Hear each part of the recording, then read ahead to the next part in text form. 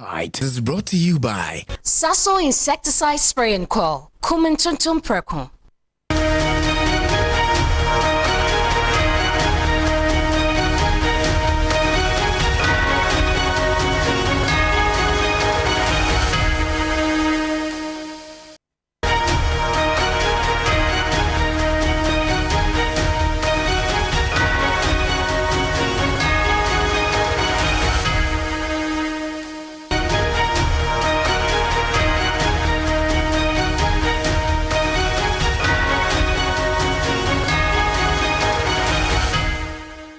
Hello and good evening. Welcome. This is Ghana Tonight, and we're live from our news hub at Desawe Kanda, also live on TV3 Ghana on Facebook and on DSTV channel 279. We're all across the world on 3news.com. It's been a night of lots of disaster, and that is what we're going to be getting into tonight. And that's coming up on Ghana Tonight. We're live at a Denta news site in Accra, where a building has reportedly collapsed and rescue efforts are underway as we speak. We're live at this disaster site. That is not the only disaster site that we are going to be at tonight. There's another fire outbreak right now that has affected a number of buildings at Makola. We will be there as well. This is an active fire outbreak as we speak. So stay with us here on Ghana Tonight. Plus, 11 years after the June 3 flood and fire disaster, on a day like this, we're still having to talk about disaster. 11 years on, some 150 lives were lost on June 3. Many survivors still bear the scars. What lessons have been learned? Well, we talk about the Minister of Health has summoned the CEO of the Komfo Anokye Teaching Hospital to explain the reported closure of the Emergency and Accident Center to the public. Well, stay with us. The Ghana Medical Association is going to be joining us live tonight on this latest with the Komfo Anokye Teaching Hospital and the summoning of the CEO. The GMA says they are not happy about this. So stay with us. We're getting to it tonight. We have these and more, including the High Court setting July 3 as a judgment day in one of Chema Wontumi's cases. Remember, Chema Wontumi is facing about 3 cases, as we do know. So we will get into this particular matter and the development so far. As always, you're an integral part of the conversation. Let's hear from you. The hashtag we're using is Ghana Tonight on Facebook and on X. Let's get talking.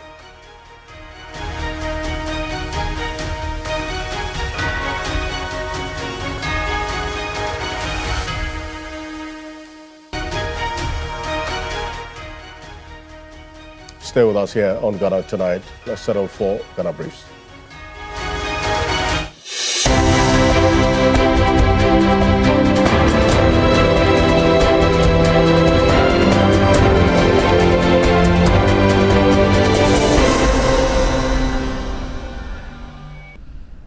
The Accra High Court has set July 3 to deliver judgment in the case against MPP Ashanti Regional Chairman Bernard Antwi Boesiako, also known as Wontumi, Kwame Antwi, and his Akonta Mining Company Limited, after defense closed their case. Wontumi has been charged with assigning mining rights to Henry Okum without approval from the Lands Minister and facilitating illegal mining operations on his Samreboy concession in the Western Region.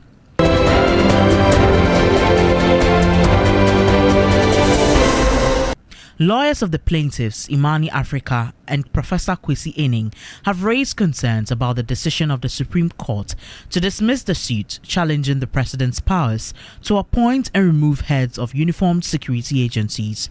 The Apex Court, in a unanimous decision, held that the relief sought by the plaintiffs were without merit. Not surprised, but I wished for a different outcome. The security of the state requires stability. And in the previous cases that we cited, if you've read our case, the point that we've made is that it is not a good thing that with every change, you have a churning in our security services. The top is removed, people are shifted. That is not stable by definition. So that every time there's a change, all the top of our security services shift. It causes quite a bit of destabilization. That position is still, a good position.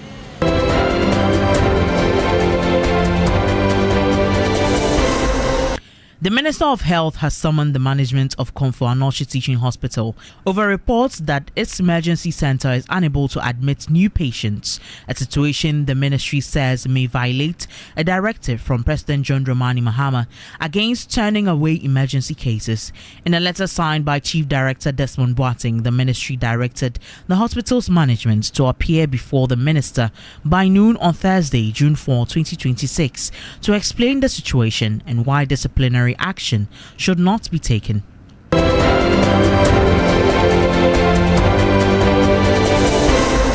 11 years after the tragic June 3 disaster claimed 150 lives in Accra, survivors, families of victims, and legal practitioners have renewed calls for justice and accountability.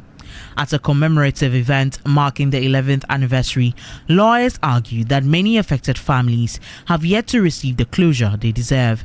Senor Hosi is one of the conveners of the One Ghana movement fighting for the cause of the victims. Today we call on the state, we call on His Excellency the President to act in the spirit of his resetting Ghana agenda. We believe His Excellency the President stands for building prosperity and restoring hope. Hence, the survivors and families of June 3 must not be left behind.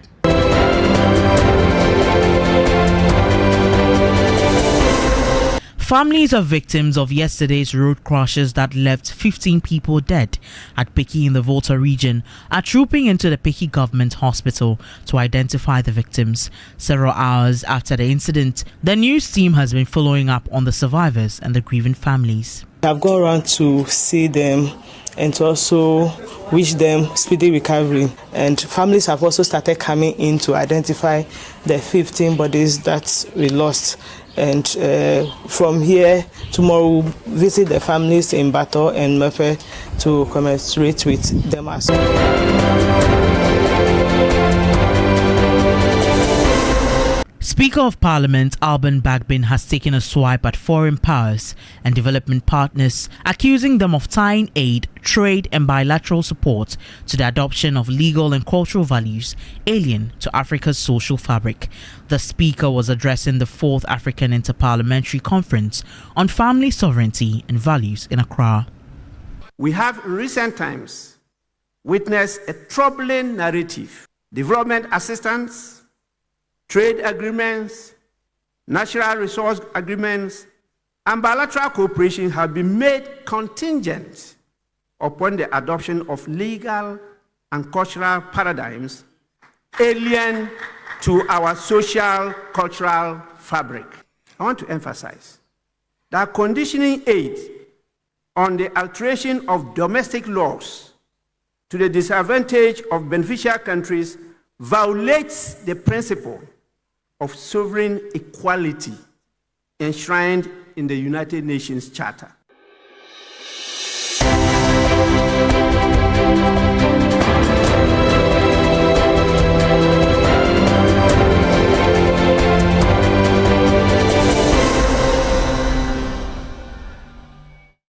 There's more news on 3news.com. Sometime I visit 3news.com.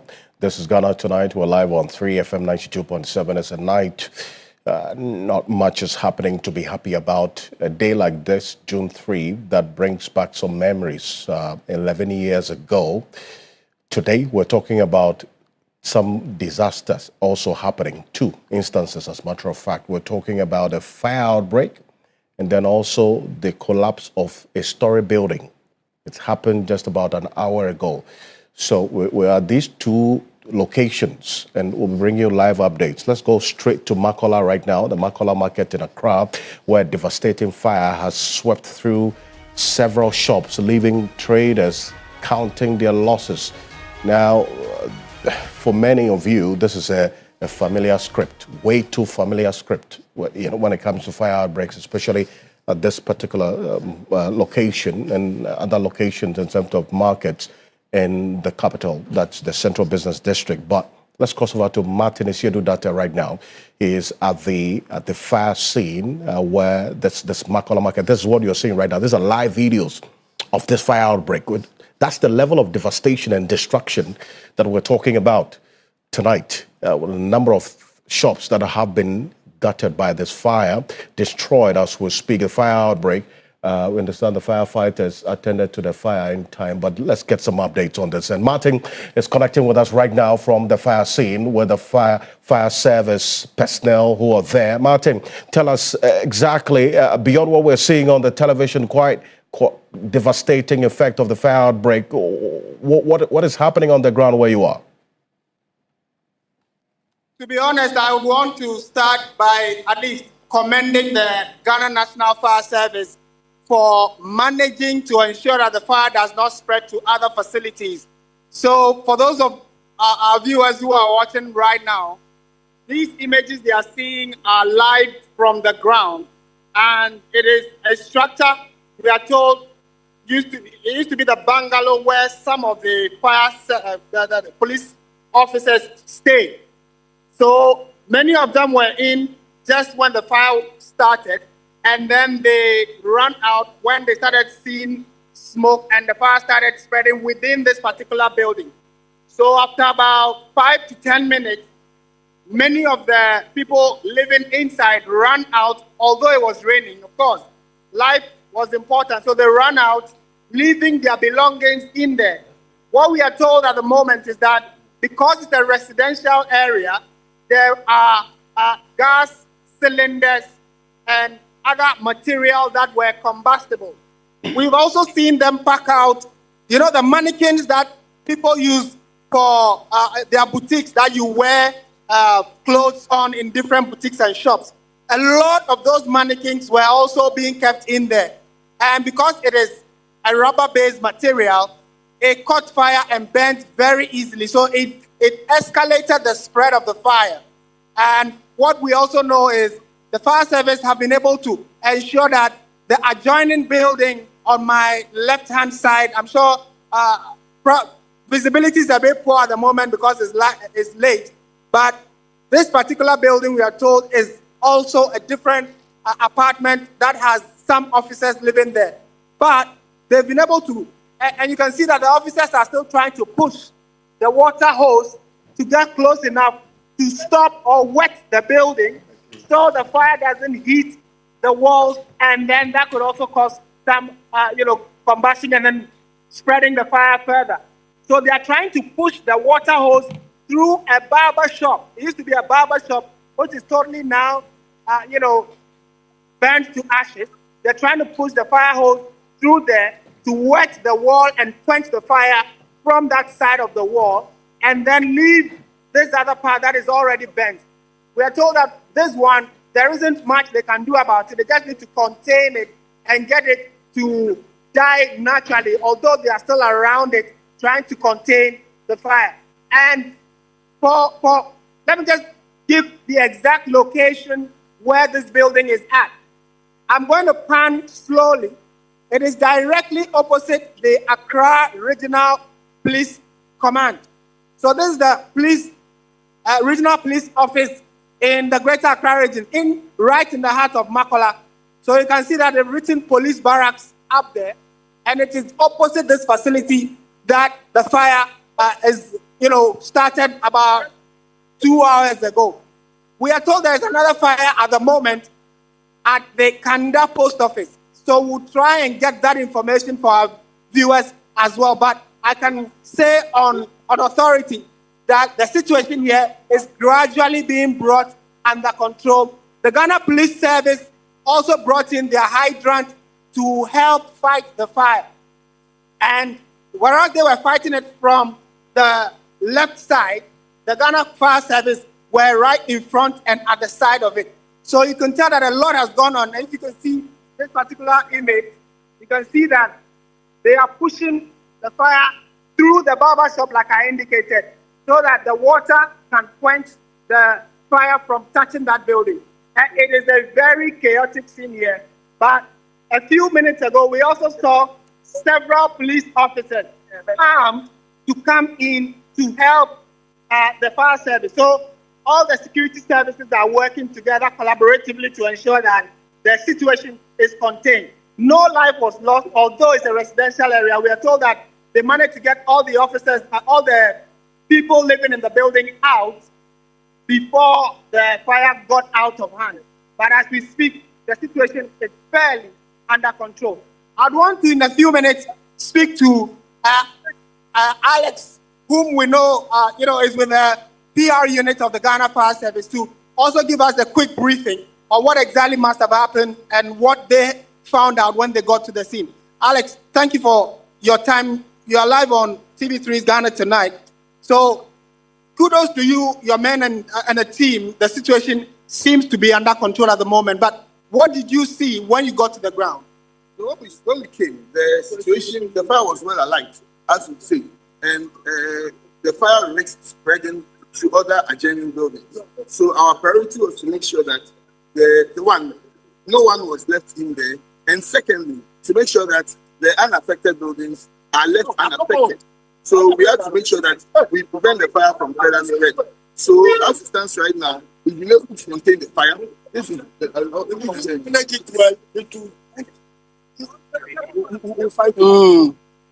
Well, so, duty calls. So Alex may have to go and help coordinate his men to help the fire from spreading. What we are seeing is that this very building in front of me, there is a wooden structure on top of it. Although they've pumped a lot of water there, that particular wooden structure has just caught fire. So it's likely to burn. So they are redirecting the water hose to try and quench this one. And it is largely to prevent this particular building from also catching fire. But Alfred, it's a it's going to be a long night for the fire service officers and then the police officers who would have been sleeping by now, because all of them are out, and I'm sure their biggest headache now will be where to pass the night. And I can actually walk around briefly, if you can give me a few minutes, walk around briefly so you can also get an idea of what exactly it was that they were please do. If you walk us through what's happening there now. Yes. You can see that if you come this way, these are some of the mannequins I was referring to. You see these mannequins on the floor, all up until the end of this building, the end of the walkway here. It is all these rubber-based plastics, or they are easily burned by fire when they come into contact with fire. And all of these, we are told, were in this building. So it gives you a fair idea that when the fire started spreading and it caught one, it was a natural spread. So this, Alfred, a lot is unfolding right this moment. So they have brought in a water tanker, and I can only assume that this water tanker is supposed to complement the efforts that the officers are putting in place to ensure that they contain the fire properly. And it is being directed or moved to the place we started from, which is the wooden structure on top of the building. They are trying to quench that first so that they will be able to now move into the main building. You can tell that even the walls of the building in question, the walls are cracked. Wow. Wow. Right. Now, Martin, this water tanker we are seeing is to augment what is already there. And the understanding we're getting is that the fire service, the tender. Your shot now, Alfred, so in your shot now are the uniformed police officers that came around for two reasons. One, to help the effort of the fire service, and then secondly, to prevent what could probably be people taking advantage of the situation to try and pilfer or steal things that may not belong to them. So a lot is happening at the moment. And again, if we focus our attention on that building I mentioned, you can tell that they are still pushing water in there, because priority is to leave what has been consumed to be consumed, but prevent the fire from catching other property around the area from burning. And this is the second water tanker that has been brought in. Earlier reports we got was that one of the fire tenders that came in did not have enough water, but that has been dispelled. You know, it's a notion normally people who say that when the fire service came, they did not have water, but this is different from what we are being told. There's a fire service office very close to where this fire happened, so it was easy for them to come along with a tender to try and quench the fire. They are bringing some water, drinkable water that is, to the officers who've been fighting this fire for almost 2 to 3 hours now. And it is a very sad situation, Alfred. If I lift this and you look into the home, which a place that used to be the home of some of our compatriots, it's very likely they can't speak anything. One gentleman I spoke to told me that he had come out to take a bath. He was bathing when they shouted, "Eja, Eja, Eja." So he couldn't run back in to pick any item. It was just the shorts he was wearing at the time the fire started that he's still wearing now. And with today's rains, we can only pray for that gentleman and his family and his household, or those who may have lost property as a result of this fire. You know, it begs the question why this seemed to be an annual affair or a bit too repetitive, that a very busy area of the capital like this would have recurrent fire outbreaks. And the fire service themselves have always raised the concern about accessibility. Fortunately, when we spoke to Alex Kinate, he said that accessibility was not a challenge. However, when they got here, people felt they were also offering their help in salvaging things that they could and then saving lives. So it became a bit difficult for the fire service personnel to get through to start their work. Because in the name of we are helping the fire service, it became difficult. But eventually, both sides were able to find reason in allowing the professionals to do their work. But right from the police headquarters here, you can tell that it's going to be quite a while before the situation is totally brought under control, Alfred. So, from what you're telling us, it appears the water in the fire tank, that's the fire hydrant or the tender, is at this moment running out. And that's why we've had to. So what we know is that that one ran out. The first tender that was here ran out. The second tender came in, it's run out, and it came filled. So they've used the water that was in there to reduce the intensity of the fire. And so that is why now what we are seeing is a regular water tanker, which has also been brought in to complement the efforts of the fire service. So they are going to try and connect their hose to this water tanker so that it can help them in shooting the water into the building. So you can see again there, this is an officer trying to push and ensure that they direct the hose into the wooden structure. Now, if that wooden structure, the fire that started right from this side is quenched, it reduces the intensity and can help. What is the thing there is called a ceiling hook. Okay. So the ceiling hook is what we use to clear, because now we don't want to waste water. So the ceiling hook will be used to clear the way so that when we throw the water, it's able to hit the seat of fire. Exactly. Right. So the ceiling hook, so that I use it to make sure that we're able to clear and be able to fight the fire very well. Right. So that's Alex Kinate giving us some professional, view of what exactly the officers are doing at the moment. So they brought in a device, and a lot of wooden structure is still, or wooden items is still in their way. So what they're doing is to try and get the obstructions out so that the fire can hit, the water can hit the base of the fire, or what they call the seat of the fire. So they can quench it right from the base. And so it's playing out like an action movie, Alfred, but you can tell that a lot of onlookers are also just observing to see how the professionals go about their daily activity and helping fight such fires. So you can see that this officer is using the ceiling hook to clear the items, to ensure that they can have access into the structure. And it used to be a barber shop.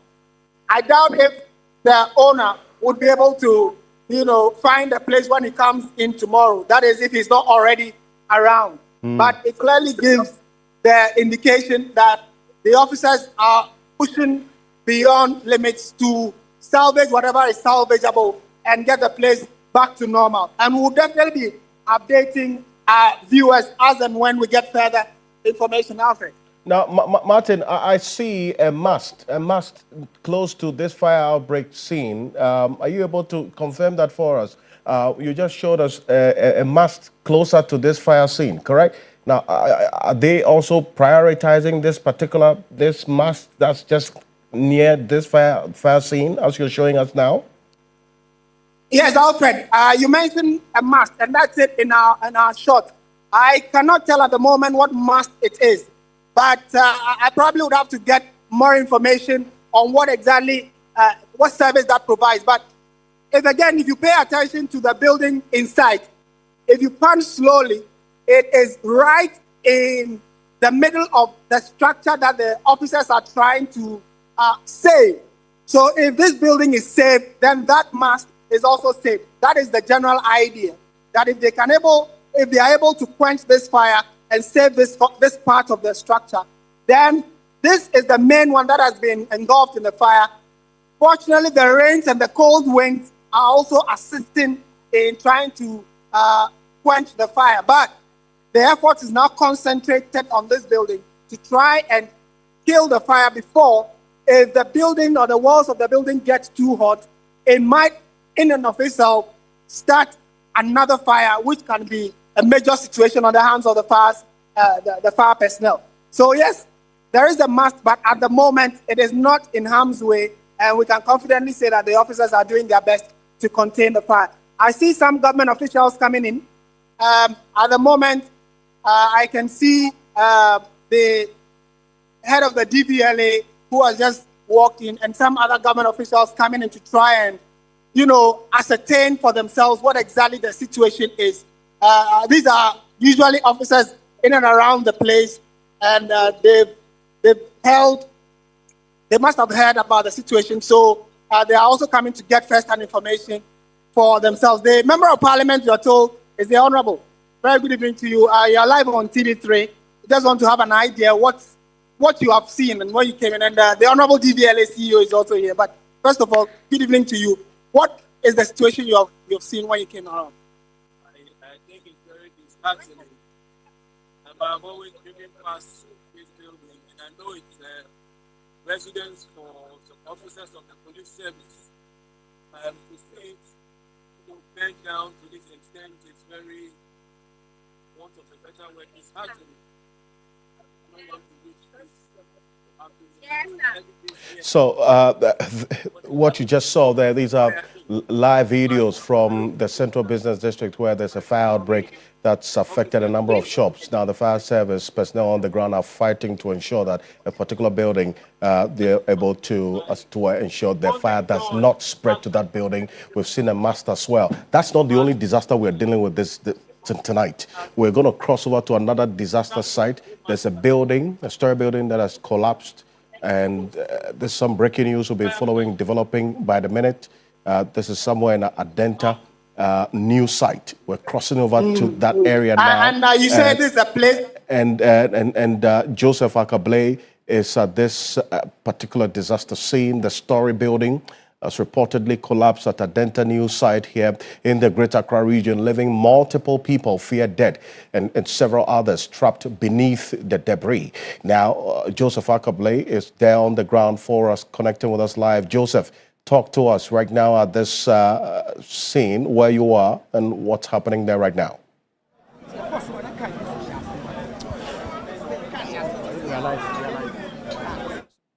We are currently at Adenta new site, and the visuals we are giving you now are rescue efforts that are currently underway. So you have officials from the National Disaster Management Organization. We also have officials for the Ghana National Fire Service. There are also officials from the Ghana Police Service as well.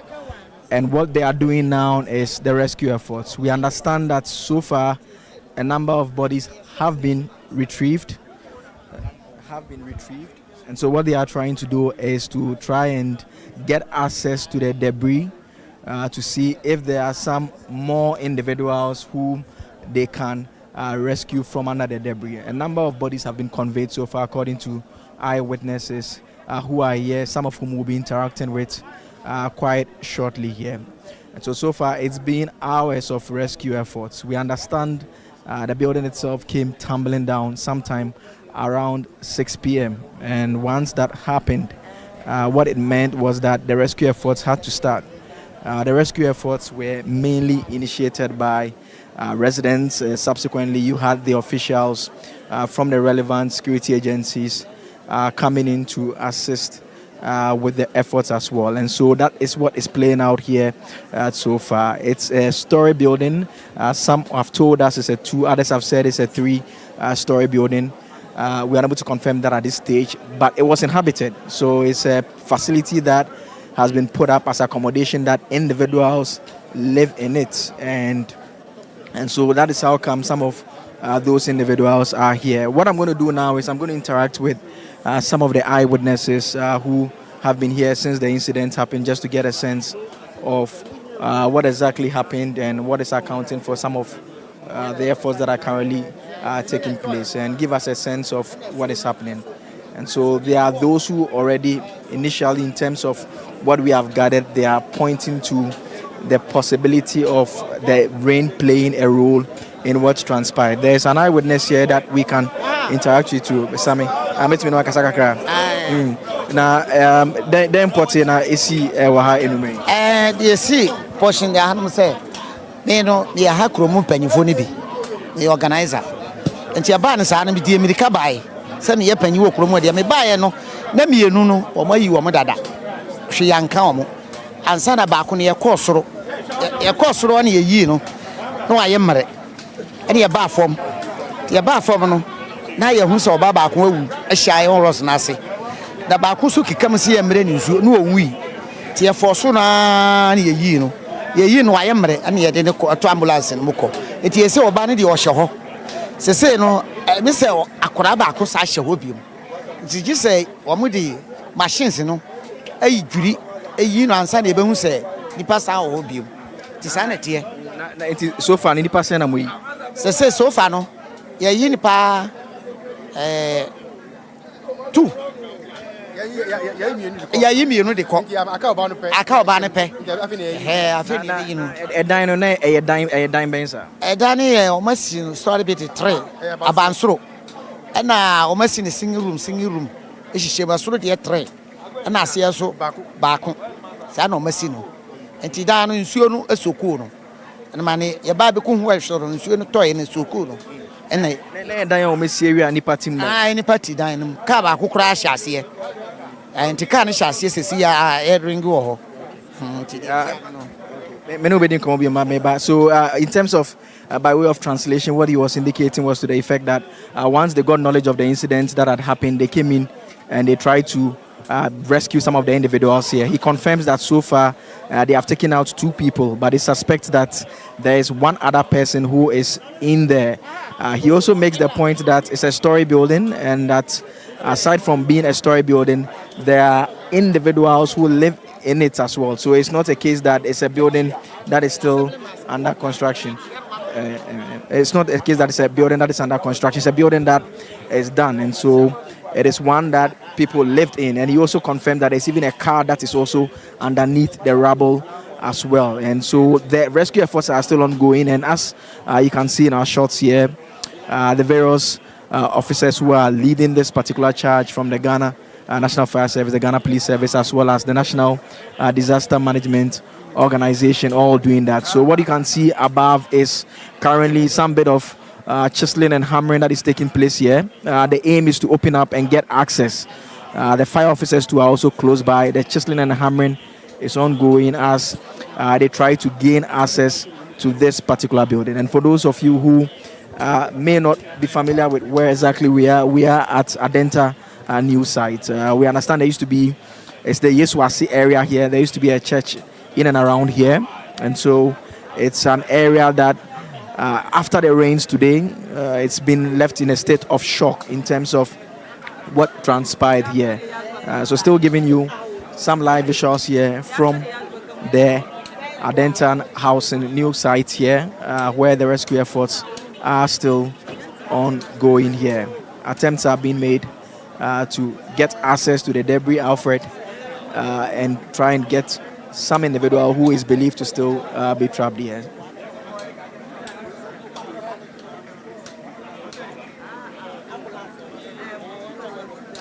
Joseph, now clearly we're seeing what's happening there, and the police personnel and then other officials who are there trying their best to rescue this person you're saying has been trapped under this debris. Are you able to also let us into, first of all, exactly when this happened? That's when you spoke to these eyewitnesses. When did this happen? When did the fire service and the other officials arrive at this scene when this building came tumbling down? Are we able to get that information, and also the specific number of persons who have been, that's the dead bodies that have been unfortunately retrieved from this particular debris, and possibly the number of persons who live in this building that has collapsed as we speak?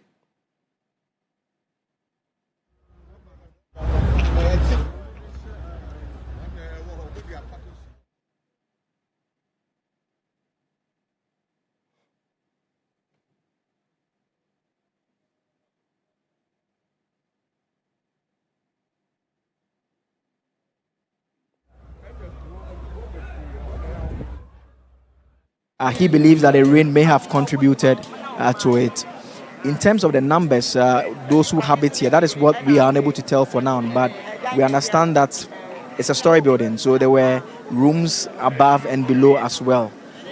But the belief is that they have been able to take out 2 individuals. And you heard him say that one did not appear to be dead at the time of retrieving that person. And he also indicated that that individual was actually asking for some water to be given when he was taken out of, when she was actually, a woman actually, when she was taken out. Now, the belief is that there is another person who is in there still. And so that is what they are working around the clock to try and gain access to and get. We understand that right after 6 p.m. when the incident happened, the residents commenced the rescue operations. And so that is what they were doing initially, to try and gain access and bring out those that they could bring. But in a couple of minutes afterwards, then the officials from the relevant state agencies that are leading this particular charge then also came over. So the Ghana National Fire Service here also have the National Disaster Management Organization as well also coming in to assist as well. And so that has been the kind of coordination that has been taking place so far, in an attempt and an effort to get access to the debris, try and unpack, take it out and gain access to it. And so you see the fire official in your shot there.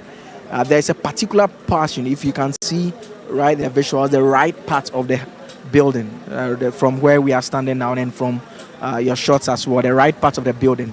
The belief is that the person that is said to be left unaccounted for in terms of those who they believed to have been in this particular building, that person is at that side of the building. And so that is how come that is the focus area at this point in time. But I mean, obviously the difficulty is that it's a story building that has come down, and so it will mean that they would have to try and gain access to it. It's a bit of a tight situation as well, because if you look closely, you see that there are some structures beside it. There are some structures beside it on both sides, and so it makes access a bit difficult.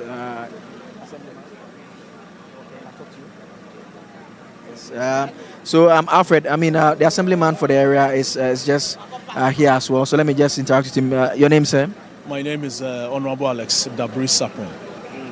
I mean, just give us a sense of what you've been doing. We understand it's happened sometime after 6 p.m. What do you know about the situation so far, and what have you been able to do? Okay, so just when the rain started, that was when the building came down. So the rescue team or members within the community decided to come out and come and help. So we're able to take 3 people out who are currently at Greater Grace Hospital. But we are trying, the NADMO director is trying to move them to the 37 Military Hospital. We have just taken out 1 adult, and then unfortunately we have 1 person left who clearly I can say is a female, but looking at the condition, I don't think she has survived.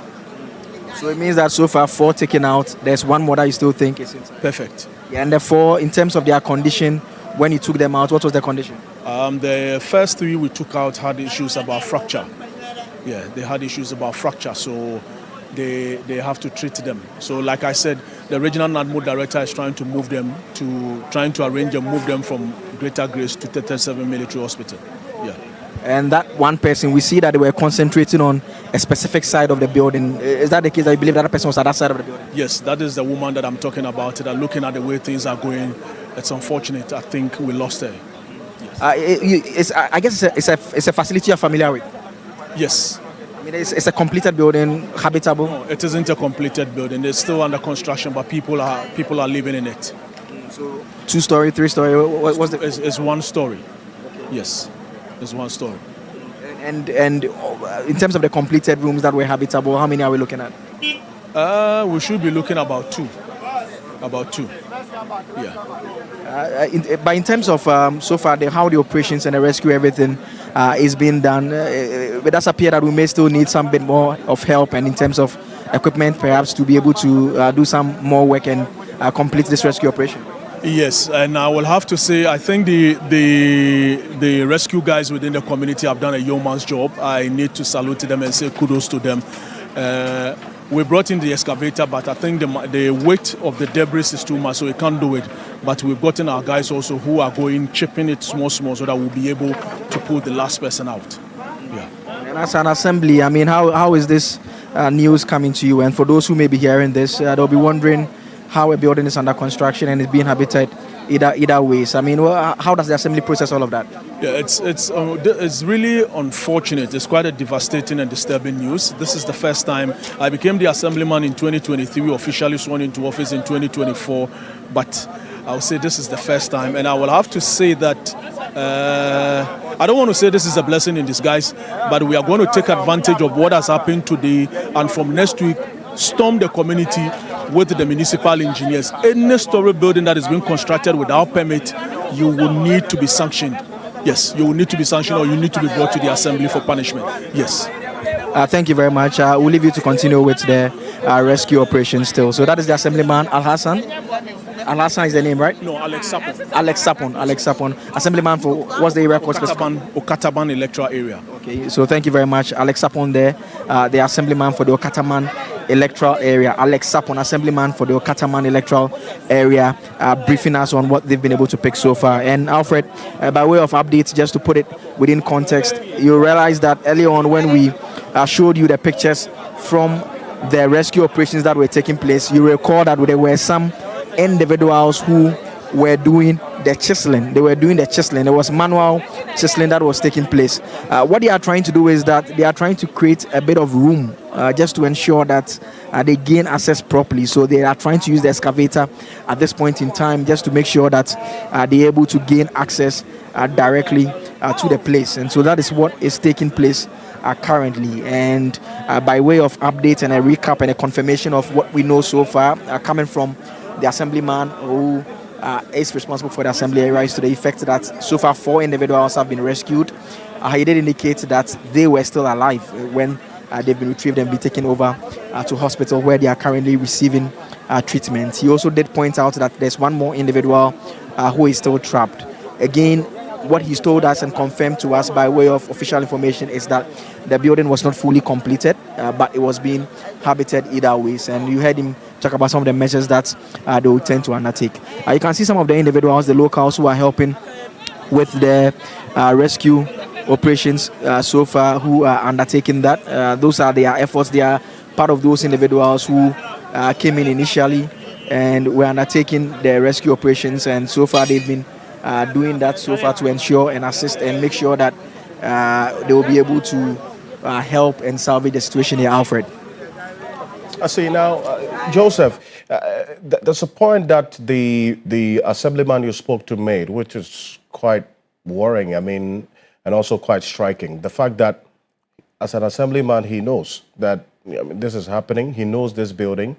He's saying that it's now that, they're going to crack the whip, that anybody who gives out their building without the needed certification, and then also the fact that they've not been completed and then it's not habitable and they put it out for rent, they are now going to crack the whip on them. We certainly didn't have to wait for this to happen, for people to lose their lives before the assemblyman in question does his job, especially because you asked him the question whether he's familiar with this building. He says he knows the building is under construction, but yet it has been given out for rent, for people to live there. That's quite troubling and concerning, to say the least, is it not?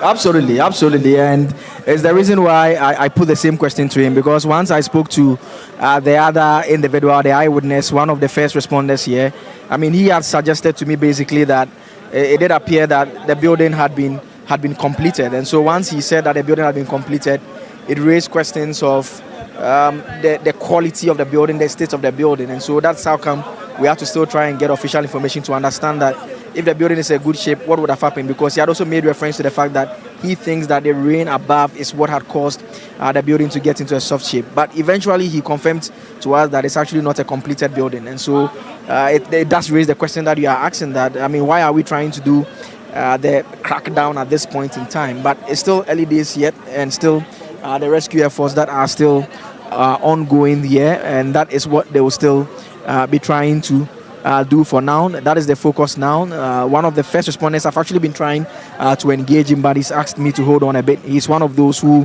got here very first and immediately gained access to the site, and has since then been using the very much manual tools. I mean, these are very chisel hammer basically, and using it and trying to gain access and help so far. And at least the light sort at the front or end of this tunnel, depending on how you want to look at it, is the fact that the 4 individuals who have been rescued so far, we understand there was some evidence showing life still in them when they were rescued. And so that is still a good news that has come in so far. The one individual is what the assemblyman expressed some doubts about whether his ability to do that. So what is happening now is that some of the officials from the relevant agencies that are leading this operation are speaking to the first responders at this point in time. What they are trying to do is to get an update from them to get a sense of what they've been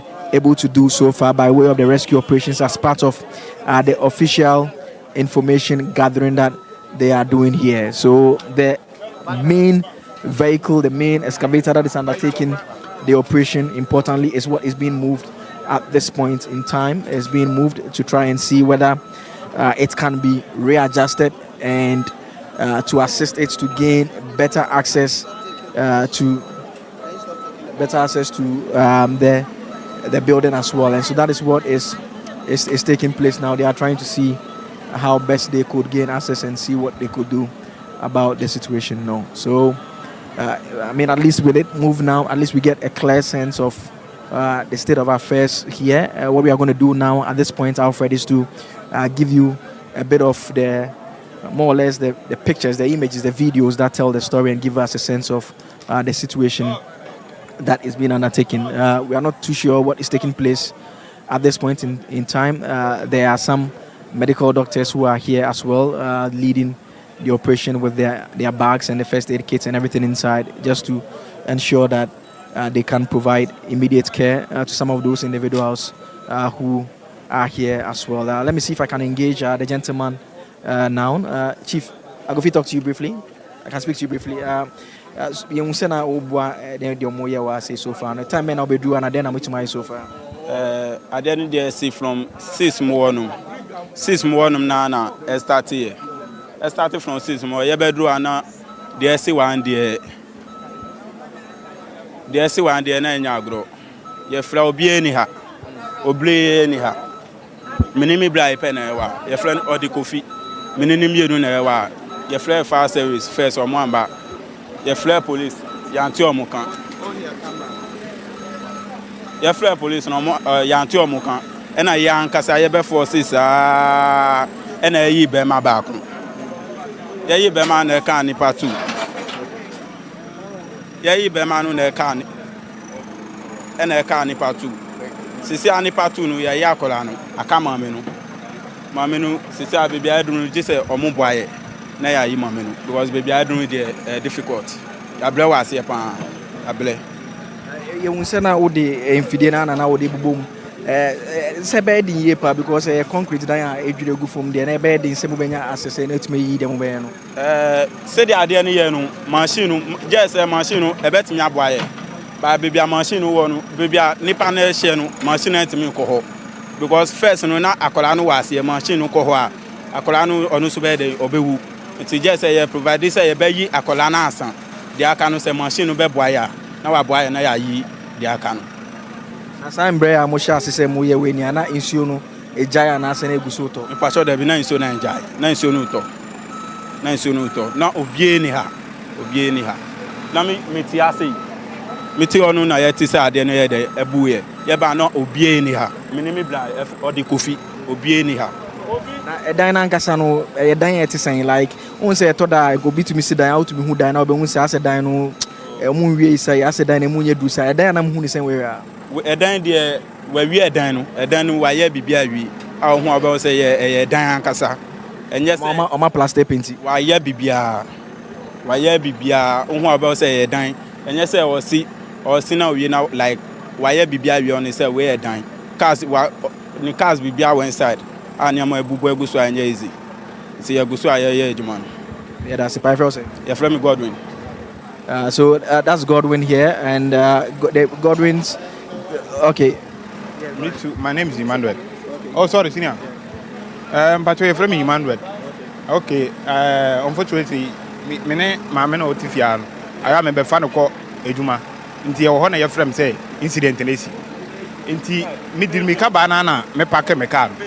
nti mene boy ene boy baako na ye nya access obi amba ye satam na ye heavy nti ye na we no ba articulator no ba we no ba na ye nya access kakra na ye wura mu nti na small boy ne de ye tenika ye frɛ na oje so enya life nti ye tresi ya na ye tumi ko yi small boy no odo ye waya ade ye bom pa say nyame ba ma no kwatende na wetima tena say ya hard working wa ma ye ni ade mekura wa try ya force wa ma ye tracing na ya brain easy but ya wa ya de omo ye three but ye yi ba ku first and say come am no any small boy no nti tire na ye yin access to small boy ya try na ye tumi yi no nti ye da nyame ase so otin kwam but odo ma me ne de wa ya nyame dia but onu say ya ye bibia wi aka say ne nanu we ba ko esi so beam ne esi so nti ye ntumi yi ne direct nti say machine bu na ye yi ne fi nti o cha de mo hu so far na say encoin ni musa na woka yeah that one there the woman is there the woman is there I'm the one who, me and this guy and another guy who do everything the woman there she's gone but and she say no woman there boy back on any boy small boy back on there omo your life but the woman there yes so thank you very much yes yeah so I mean Alfred in terms of some additional information so there's still a fact that we still have to cross check because again you hear him also say that the building is completed. The assemblyman said that the building was not completed. The first eyewitness also said that the building had been completed. So that is an aspect of the entire conversation that we would have to clarify at some point in time. But you heard him explain so far, the first two eyewitnesses, just by way of translation. The first one did say that sometime after 6 p.m., while it was still raining, they got wind of the situation, so they came over to try and assist. And when they had made their calls to the relevant agencies, because of some of the delays that were taking place, they had to go over and take matters into their own hands and begin the rescue operation. And that is what they have been doing since then. In between doing that, the various officials came in here.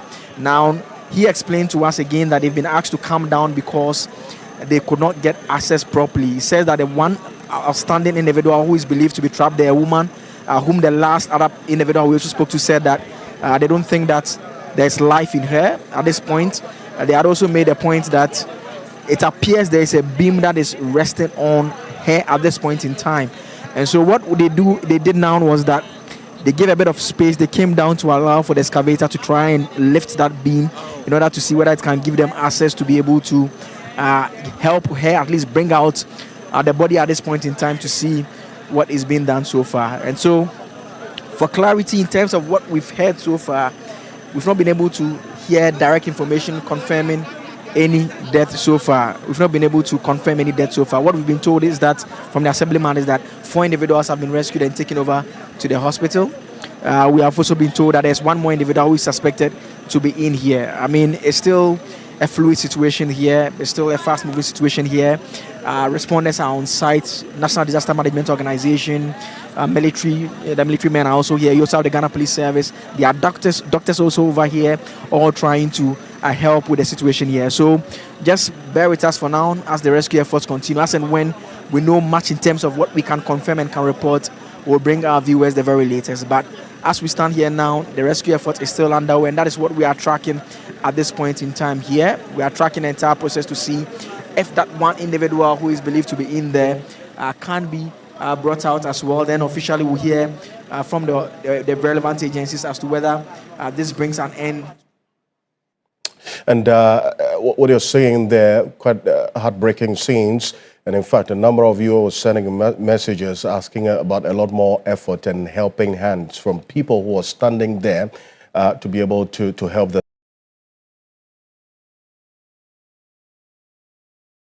situation. In fact, we see quite a number of people who have had to throng this particular disaster scene or the site. And the Ghana National Fire Service, we have also the CID, so CID personnel there will cross over to the Makola area, the Central Business District, where there's the fire outbreak. We're also hearing of another incident, another fire outbreak at Kanda. Here, the Ghana National Fire Service averted what could have been a major inferno following a swift response to a fire outbreak at Kanda. That's another incident we're hearing right now. We're going to go for this quick break. When we're back, we'll tell you about this breaking news we're hearing of this fire outbreak at Kanda. Not too far away from us. Stay with us. We'll be back shortly.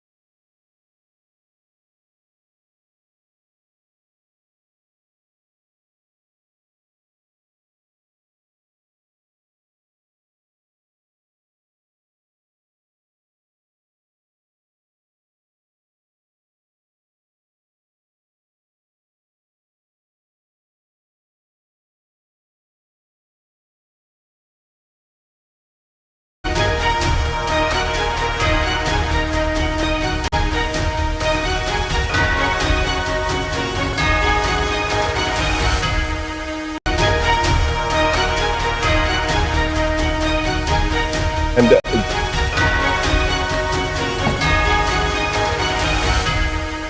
this is Ghana Tonight, and what you're seeing right now, the Ghana National Fire Service averted what could have been a major fire outbreak following a swift response to a fire outbreak in Kanda. Residents attributed the incident to a fault in an underground electrical cable. The prompt action of the firefighters ensured the blaze was quickly contained, preventing it from spreading and causing significant damage. So what you're seeing right now is a fire tender that attended to this distress call from residents in that area. Now, this is not too far away from us. There's the Kanda Post Office area. Now, not too far away from the enclave of the Finance Ministry, the Ministry of Finance building within the Kanda area. And so this is some information that just came through. But thankfully, the Ghana National Fire Service responded to the distress call from a resident in that area swiftly and averted what could have possibly been another fire outbreak. But we're talking about a quick intervention from the fire service which prevented the situation from happening. So that's what we're learning right now. Residents are pointing to an underground electrical cable fault in this particular area. So that's a place to watch as well. And we'll keep an eye on this one and be updating you a lot more on it here on Ghana Tonight. But if you're just joining us, this is the information from the Kanda area here in Accra, not too far away from us here at TV3. The information that we got earlier was that the Ghana National Fire Service averted what could have been a major fire outbreak following that swift response to the fire call. Residents attributed the incident to a fault in an underground electrical cable. This prompt action of firefighters ensured the blaze was quickly contained. So that's what's happening right now at Kanda. But let's cross over quickly to the Central Business District, where we started this show with the focus on that fire outbreak that has affected a number of shops in that area, and the fire service personnel who were there trying to contain the fire from spreading to an adjoining building, and then also a mast close to the fire scene. Martin Esiedu Date is a man on the ground, and clearly, Martin, we see the inferno has not been doused completely as yet. The firefighters are still fighting the fire, ensuring that it's contained at least within a particular perimeter, is it not? Walk us through what's been happening since we left you earlier. Right, Alfred. So so you can see at the moment that the hose is on the shoulder of this fire officer. It's been directed to a building that is adjoined to the bigger one that was the main center of attention. This smaller one, now they've been able to move the major obstructions. And you can see that the officers are still trying to lift these containers that was blocking them from getting to the seat of the fire or the base of the fire. So what they're trying to do now is to move this big container out of the way and channel the pressure of the water to the base of the fire to be able to contain it. Some officers have also joined the team here to try and clear the debris and give way so that the water hose can go further to completely contain the fire. So what is left now is the concrete building. The concrete building is still an obstruction. So if you look in there, there is an entrance right there.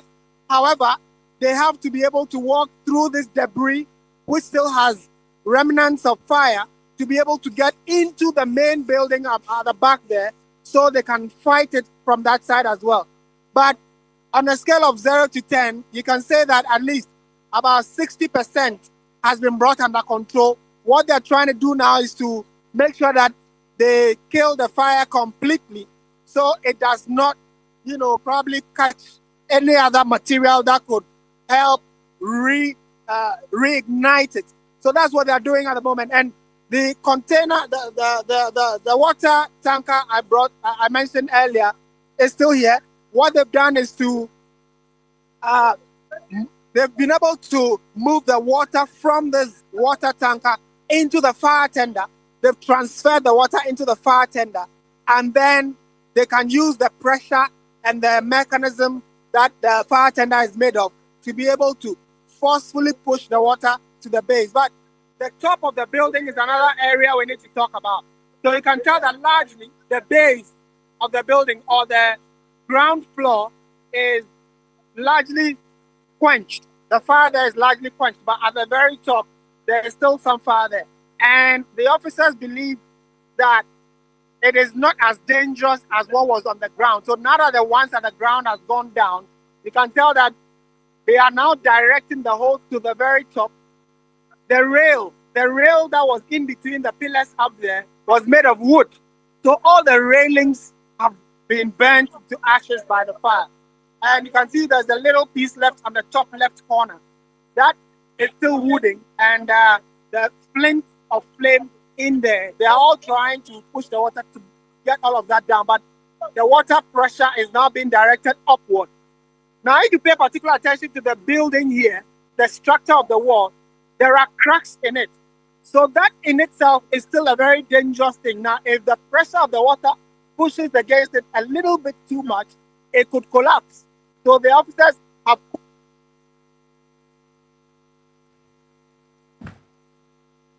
cordoned off and asked to do their work. And so they have, what I can say on authority now is that we have gone around the building. So at the last time we spoke, we were stationed right in front of the burning structure. But when you left, we went round to see the back of this current building, and we saw that adjoining structures are actually at the moment off or were not affected by the fire in any way.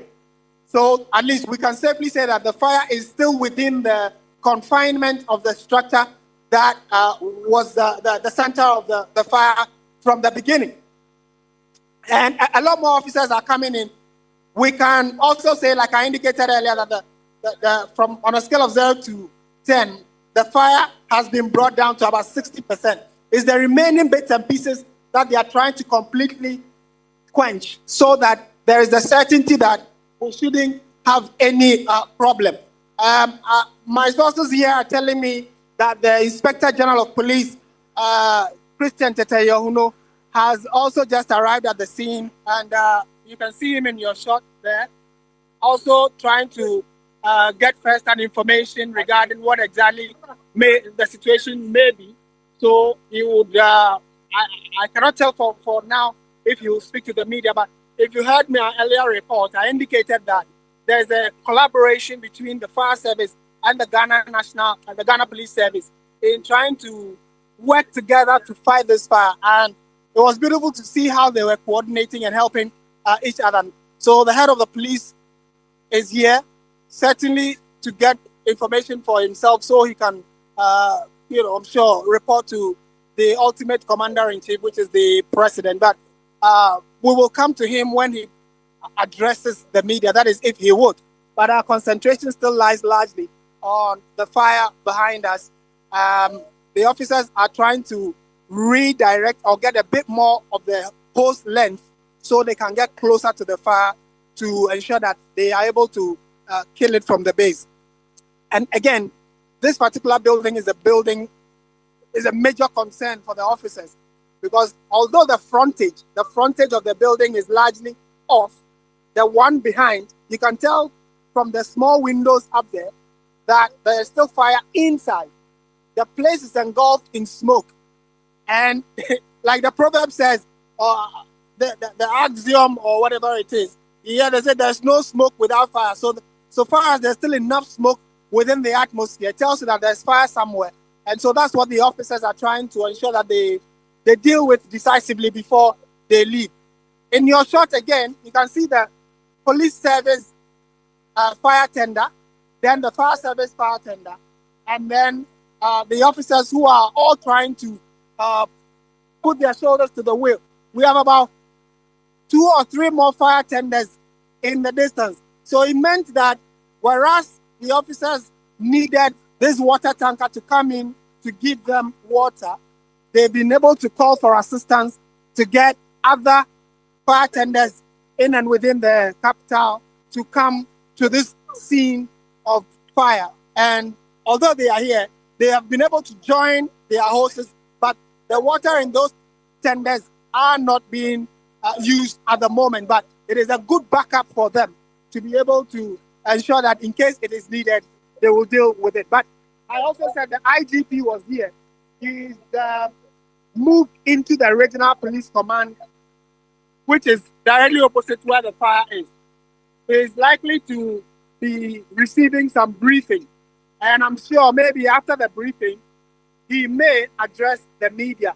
But we cannot tell for certain if he would or would not. But the crowd is moving away from the fire scene, or probably because they are following the IGP to see if he would speak. If he would speak, that would be good. So you see, that's a signage that talks about, that mentions that is the Accra Regional Police Clinic, Regional Landguard, Anti-Landguard Office. And the crowd gathered here, some of them are traders.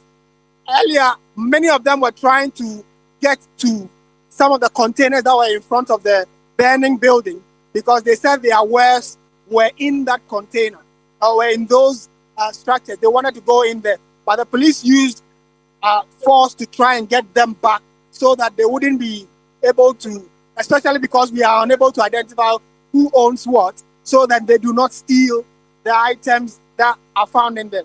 The police managed to bring out some of the items and moved it into the police head office because people started scrambling for them moments after they took it out.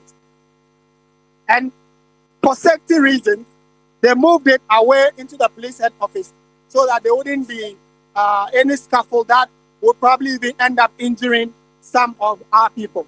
So, Alfred, largely the situation here has improved. There is a bank that is adjoining the back of this particular building.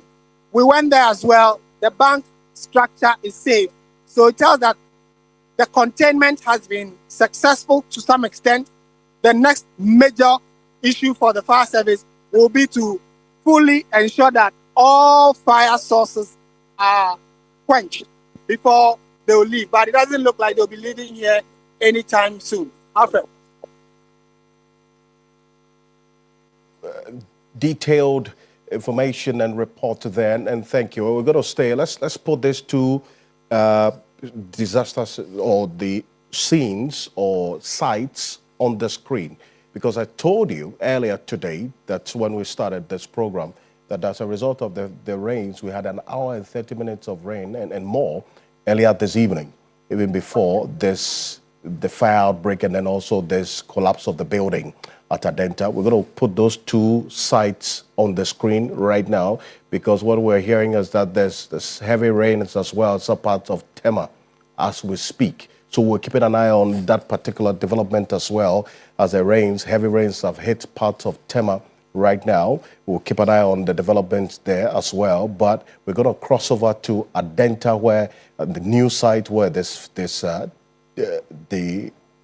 building that collapsed, the one-story building that collapsed earlier this evening, that we understand unconfirmed reports indicate the deaths of some 2 persons. We're still knocking on the doors of the Ghana National Fire Service, the CID, and we saw some military personnel there as well to get some confirmation of the number of persons who have been confirmed dead and the number of persons who have been rescued as a result of the rescue efforts that kicked in earlier before we connected with them. Let's go back on the ground right now. Joseph Akable is there for us now. We see that the excavator that was helping with lifting the debris so that the fire service personnel can have access to one person we understand who is still trapped beneath the debris has moved.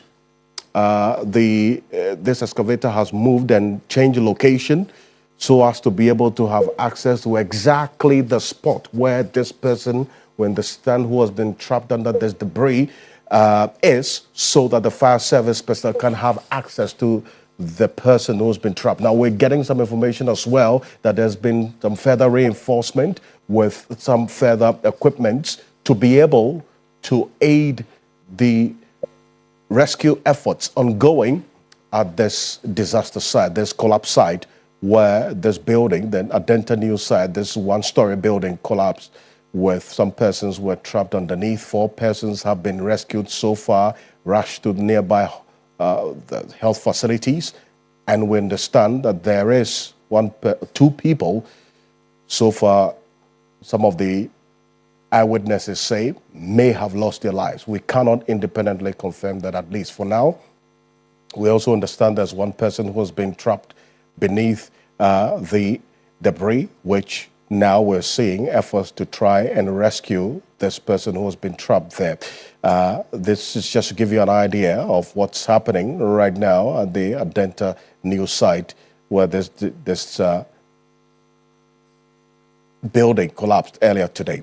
What you're seeing on the other side of the screen is what is happening at the Central Business District, where the fire outbreak as well has affected a number of shops close to the regional police headquarters. The Greater Accra Regional Police Headquarters are situated within the Central Business District. And also giving us some information is that we have some more fire attendants which have also arrived at this particular location, the Central Business District, where the fire outbreak has affected a number of shops. The fire service doing the best they can to contain the fire from spreading into adjoining buildings. Let's cross over now to the Adenta News site, get some more information on the latest on the ground right now. Joseph Akabla is there. Joseph, I see that now the personnel of the Ghana Fire Service and also the Ghana Armed Forces, we see the military personnel there as well, gaining some, at least, further access to the person who's believed to have been trapped under this debris, is it not?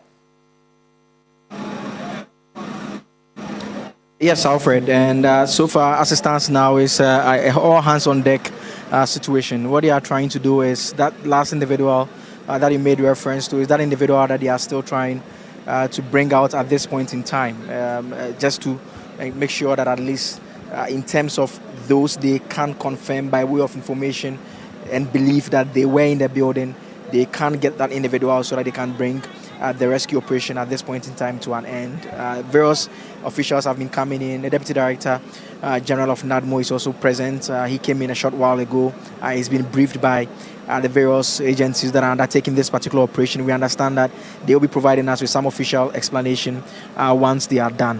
What our sources indicate to us is that they have made some good progress, because you recall we had indicated that the individual they were trying to rescue, because of the nature of the rubble and the debris that were lying on that particular individual, it meant that they needed to use the excavator more than the hand implements that were being used. At a point in time, they were using the hammer and the chisel to try and gain access. So what they did was that with the support of the other military men that came in their numbers now, a bit of reinforcement, more men coming in, they cleared up the place just to allow a bit of access. Then the excavator went a bit closer and tried to push away some of the boulders, the heavy stones that are said to be lying on that individual with a beam and every other thing. And so that is what has ensured that they've gained some bit of access. We understand that she has been seen. What is now outstanding is the efforts to get her out of it, and that is what they are doing at this point in time now. There are doctors on standby. There's a car also available readily to ensure that once they bring her out, whatever the condition is, they can quickly take her over to a health facility. With the hope that if there is life in her, God willing there should be, they can get her the necessary treatment as we can speak. And so if you are just joining us, this is our continuous coverage on Ghana Tonight, coming to you live from the Adenta News site. What is transpired so far is that a story building has collapsed. It's a story building that was inhabited. There are tenants in it, and so far the numbers, some say 4, some say 3, but we are being told that those are individuals who were rescued. There were signs, visible signs of life in them once they were rescued, and so those individuals have been taken over to a health facility not too far from this particular location where they are receiving attention, as well. And what has been happening now is that the locals, the first respondents who were initially undertaking the rescue operation, you recall that we had indicated that they were asked to step back a bit to allow the excavator to gain access. what has happened now is that they've been called back. The locals, the citizens, ordinary citizens who were helping. They are the ones who did a bit of the rescuing initially. They have been called once again to get a bit closer and gain access. So you can see right in your shot there, right above over there, gaining access and trying to get access to the place. You can see him right over there in your shot there, that individual who is over there looking through the limited space that they have and trying to see whether they can gain access to the individual. They are using some lamps, some torchlights just to gain access and see what they can come up with in terms of locating this particular individual and bringing her out here. And there was a point in time during the coverage that there was a dog actually that lives in the house that was also identified and also taken out as well.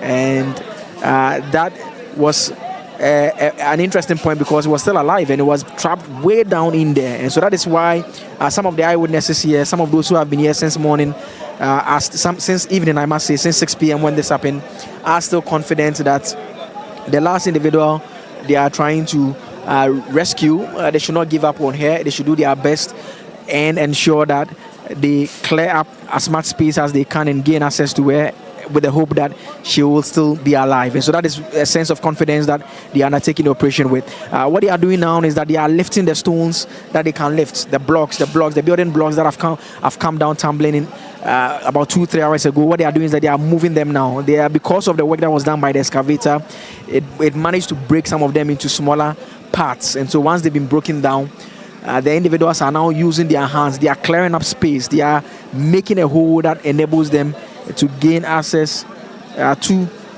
the site a bit more, so that they can see who they will be able to, whether they'll be able to locate this individual that they have since located already. They've seen where that individual is, and what they are trying to do is to basically try and bring her out at this point in time. One of the eyewitnesses did say to us that it was a female that was still in there now. So what we are doing now is to get a bit closer to bring you some more visuals now, and you can see in your shot exactly what I was narrating a short while ago, Alfred. The stones that have been broken down into pieces are being moved at this point in time. They are picking them up, clearing up space, trying to gain access and ensure that they bring out this particular individual. And the officials have indicated that the aim is to bring that individual out before they can decide to suspend the rescue operation at this point in time, because what they have been able to confirm is that is the only outstanding person in the building. And so they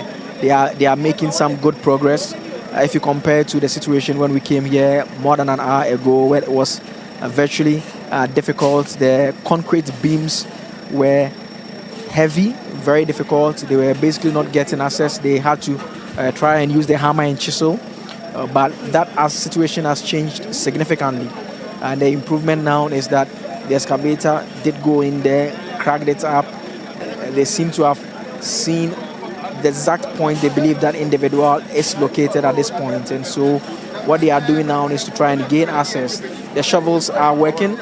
While the clearing up is being done, the shovels are moving what can be moved on it just to give them some bit of access. And it's a coordinated rescue operation that is being supervised here by the relevant state agencies, National Disaster Management Organization. You have the military here, the Ghana Police Service here. In fact, there are investigators as well from the CID that have been here since the incident happened. They have actually already done a preliminary interview with some of the eyewitnesses, particularly the first responders. And there was a point in time that they had to call a number of them and had a sort of a mini conference of sorts, because they had to confirm the numbers. And it's what we've been trying to do ourselves since this coverage started, is the fact that some have said 4, some had said 5, initially some said 2 or 3. And so all those are numbers that we're working with, that we're trying to confirm officially. But what we receive from the assemblyman, which we are relying on so far, pending the information that we will receive from the officials once they conclude this rescue operation, this search and rescue operation that is taking place, is that 4 individuals have been taken over to a hospital, and that is the situation now. And the good news that we can report at this point in time was that there were signs of life in them. They were alive basically when they were taken out and they were taken over to a hospital where they are receiving treatment here, Alfred. It is some good news. It is some good news indeed. And it is some good news indeed, quite refreshing to know that they're making some inroads to identify this person who has been trapped under the debris. And we see instructions being issued out to the personnel of the Ghana National Service who are there. Quite a number of them, Joseph. Now, are you able to give us an idea of exactly what their respective roles are? Because we see some of them just standing there, right? And also the military personnel who are there. What exactly is happening?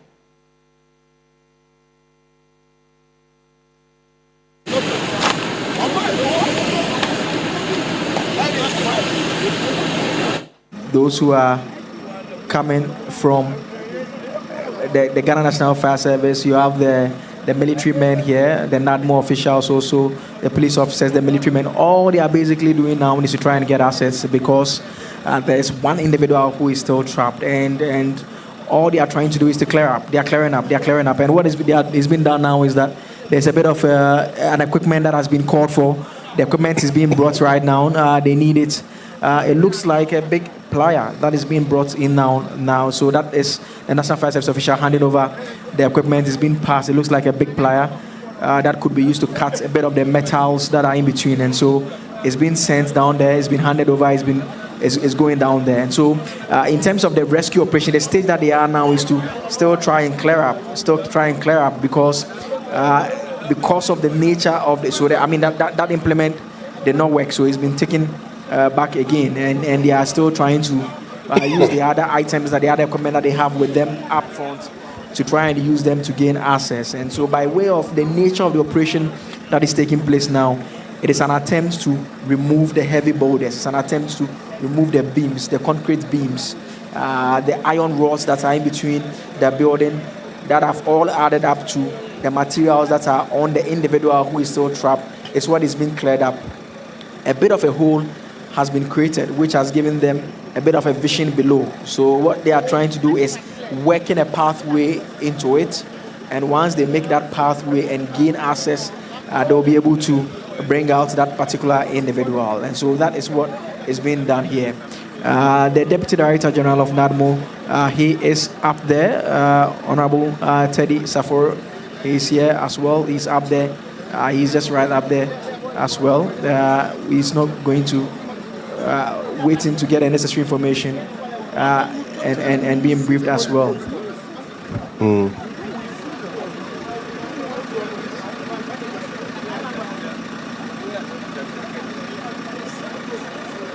See, as you indicated that the equipment that was asked for earlier did not work, we see that there's another that has just been brought in as well to be able to help them cut through the iron rods, I presume, and so as to be able to have further access to this person who's been trapped beneath, is it not?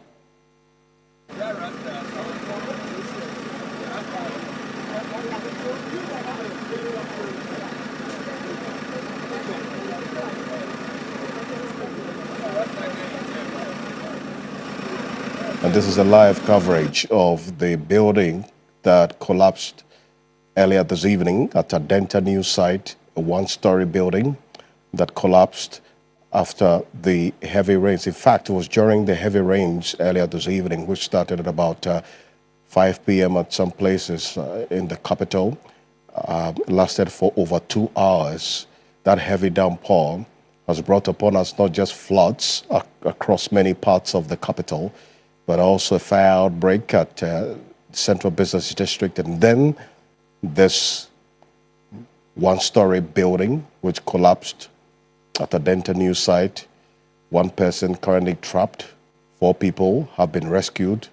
There's signs of life. They detected some pulse and so have been rushed to nearby health facilities for immediate medical attention. What we're seeing now is a combined effort of the Ghana National Fire Service, the Ghana Armed Forces, also the CID of the Ghana Police Service, all present to ensure that this person, we understand, who has been trapped under the debris is rescued. The iron cutter is what we understand. This is the equipment that was just passed on to the NADMO personnel together with the fire service and the military personnel who are there to be able to cut through the iron rods and have access to this person who has been trapped beneath the debris is the iron cutter.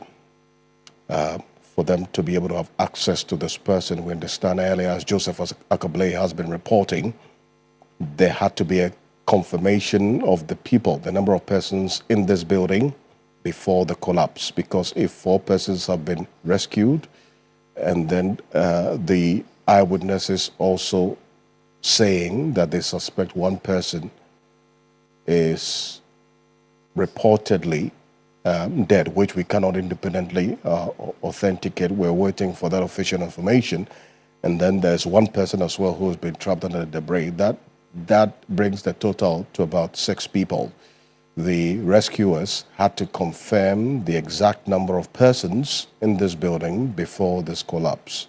And that's why there was that call to all the persons who have been rescued to confirm exactly the number of persons in the building, because it is presumed that after this 1 individual who is trapped under the debris is rescued, that may make up the total number of persons who are in the building, and that could possibly lead to the rescue efforts being suspended. So they had to be sure exactly the number of persons in this building before this collapse, so they know exactly who they are looking for, what exactly they are doing, how this rescue operation will proceed after this individual who's been trapped under the debris is rescued. So we're keeping an eye on how things are playing out at this disaster site at the Adenta News site where this building has collapsed, the 1-story building. We earlier spoke to the assemblyman. It's confirmed that this is an uncompleted building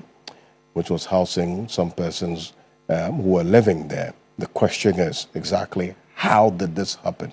Well, we are seeing that some of the iron rods are being cut now with the iron cutter, that equipment that was passed on to the personnel who are deep within the debris, this collapsed building, to have further access to this person who's been trapped beneath.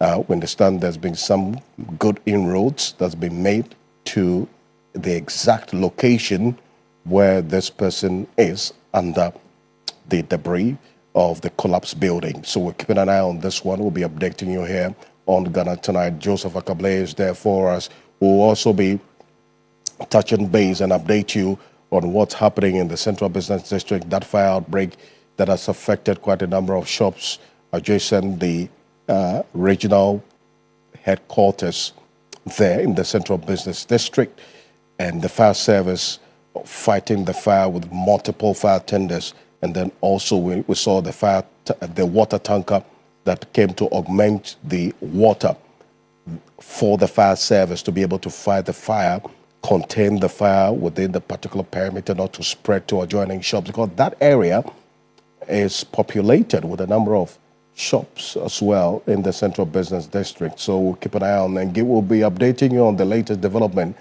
at the Fire Business District right now to update you. But let's put those 2 scenes on the screen: the Adenta building collapse site, and then also the Central Business District fire site. Well, this is a development. What you're seeing on the other side is the Central Business District fire scene. The fire has been effectively doused now, and Martin Esiedudate is still at the location. Martin, we see that the fire service has been able to douse the fire now. Talk through to us what we're seeing at the moment.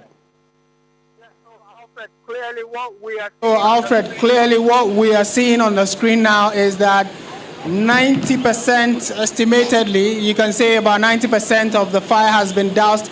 The officers have been able to quench the fire that was at the very top of the building, and now they are trying to go into the inner corridors of the old structure. So this particular structure in question is actually very old, and you can tell that the heat from the fire has further weakened the structural integrity of the building. So it is even more dangerous for the officers themselves if they attempt to enter the building. But they've been able to quench it largely. About 90% of the fire is gone. It is this small adjoining building that is left. And you can see that within it, there is still a slight blaze where, the yellow color you see there and the thick smoke tells you that there's something has gone on and the fire is still raging or is burning, but at a more reduced intensity. So that's what the officers are trying to completely quench at the moment. And from the time we came here until now, we can safely say that the efforts that the officers and with the collaboration of the Ghana Police Service, they've been able to completely fight the fire. So they are going to deal with the last bit of fire.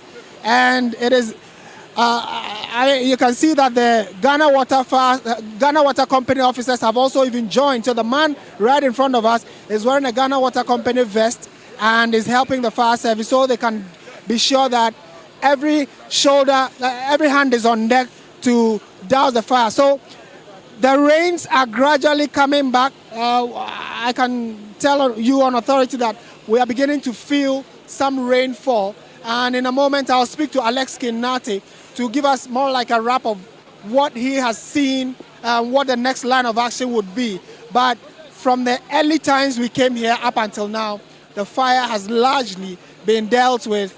Estimatedly, you can say about a little over 90%. But what they'll do now is wait to make sure that all the probable combustible items that could still explode or catch fire is totally quenched, so they do not have to do any further work.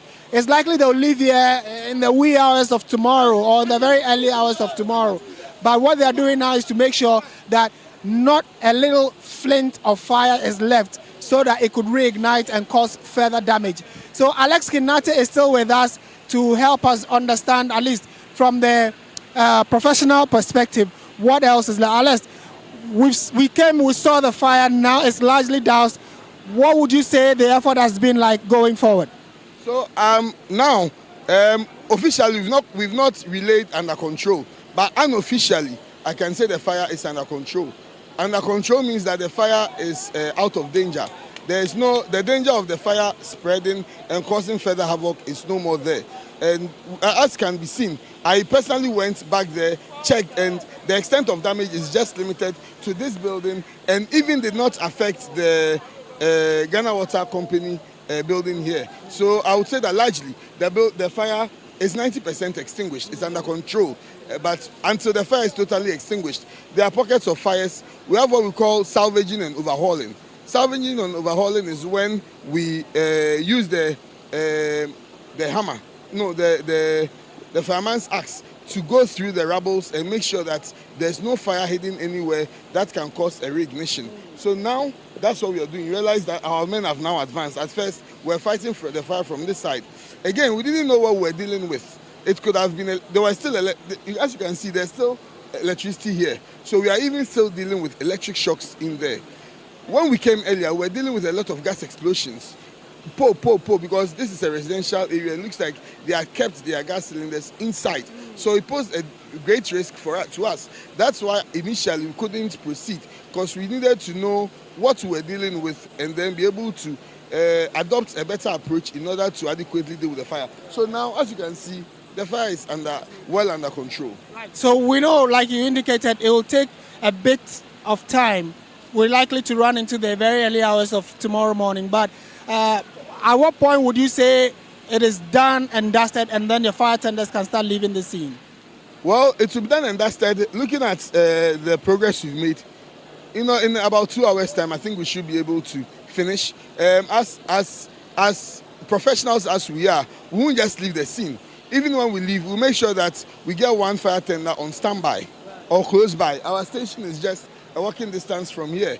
Our station at Makola is just a walking distance. So definitely we'll keep that tender either here, we'll keep that tender we keep that tender either here or over there, so that in case there's any reignition, which I very much doubt, because if we have done our work well, we should not record any reignition. But then again, reignition sometimes reignition is out of your hands. Yeah. There might be a hidden fire somewhere, and it can take its time to smolder. So we are, look at the efforts our men are putting. Yeah. They are determined. We are determined no matter what. Until the fire is totally extinguished, we are not going anywhere. Alex Kinati, thank you very much for a yeoman's job, you and your team. And Alfred, so like he has clearly indicated, a lot has gone on. The water hose that went into that building has just been brought out, and it's likely that they might give it one last shot to ensure that it is completely burned. The very top of the structure, there was fire there as well, but as we speak, that fire has been quenched. But there are officers still up there on top of the building, and like we talked about the structural integrity of the building, we cannot guarantee to say that the building is still strong enough to hold the weight of the officers and even the hose. So they are all being very careful and tactical in how they approach the fire. But it used to be burning, but as we speak, it is just smoke. And like the officer indicated, they are just trying to go around and ensure that every little bit of fire is totally dealt with so they can confidently leave the scene. But even that, there's still going to be a backup fire tender on standby in case they may have to come back to the scene, or in case there is any reignition, they can quickly fight it. And we are also seeing, I mentioned earlier that the IGP was here. He and his men have left, and I'm sure it was after he got the briefing of what has gone on. And again, largely, it could also be that they've given indications to him, the IGP and his men, that the situation is completely under control as we speak, for which reason he has left the scene. So we would also hang around for some time. When we do get any further and better information, we will definitely share it with you. Back to you in the studio, Alfred. Martin, stay with me a little bit, shall we? And I want our viewers to pay attention to the two sites we put on the screen right now. The first you see on your right side, if you're watching, will be your left, is the Adenta disaster site where this one-story building collapsed earlier this evening. And what we've just shown you on the right side as well is the fire outbreak at the Central Business District. Now, Martin, we see that the rains have been pouring already on you, and that also did some work, as in at least lowering the temperature in and around this particular fire outbreak site, or this building, so to be able to aid the fire service as well do their work. And just walk us through the number of fire tenders that we're seeing there, and then also at least how the way forward will look like. And Alex Kinati talked about the breaking of some further debris, at least to be able to ensure that there's no fire hitting anywhere. We see the fire service now on your screen making some inroads into the building. Initially, they could not do that because they didn't know exactly what was in the building and what they were dealing with. Now, they've been able to douse the fire, at least on the outward. Now, they are having access to inside of the building so as to be able to deal with the fire, pockets of fire in this building as well. What we've been able to establish is that this is an old building, and so they have to be extremely careful in dealing with how to go about dousing the fire within the building. But largely, this fire in the Central Business District has been brought under control. That's the details that Martin Esiodudate has been giving to us right now. And we're moving every step of the way with the Ghana National Fire Service just to give you, our viewers, a clear indication of the progress that has been made so far, and then also how the fire service is doing their work effectively, as we've seen, to control the fire situation in the Central Business District that's next to or adjacent to the Ghana Police Service Regional Police Command in there. Now, the IGP Christian Tete Yohono was there earlier. He's been giving briefing exactly what happened. And we understand as well that we have personnel from the Ghana Water Company Limited. And that's instructive because a number of the fire hydrants, you hear the fire service say, a number of the fire hydrants that they have to rely on in the Central Business District have either been destroyed or don't have water in them, or shops have been built on these hydrants, and so you cannot even locate where these hydrants are. And that's why you saw these water tankers, as it were, bringing in water to augment what the fire tenders already had in them. Now, let's cross over to the Adenta news site right now because we understand there's a development. We'll give you an update on what is happening so far regarding the progress to get to this person who has been trapped under the debris. Earlier we saw the iron cutter, that's the equipment that was brought to the rescuers to cut through the iron rods to be able to have at least further access to the person who has been trapped under this debris. Joseph Akable is there for us right now. Joseph, what's the latest to this? It is that the operations are still ongoing. It's still a bit of progress here and there, but they are still a bit of long way away from concluding this particular exercise that is taking place. The reason is that it's a story building that came down, and so it meant that access was going to be a bit difficult for them, and so that is what they've been trying to do in the last couple of hours. In between when you came over and when you went back again, so far they are bringing in different piece of equipment, and it mainly has to do with the metal aspects, the iron rods that are in between the buildings. That is what has so far become a bit of a challenge, because what they are trying to do is to cut into them and try and gain access.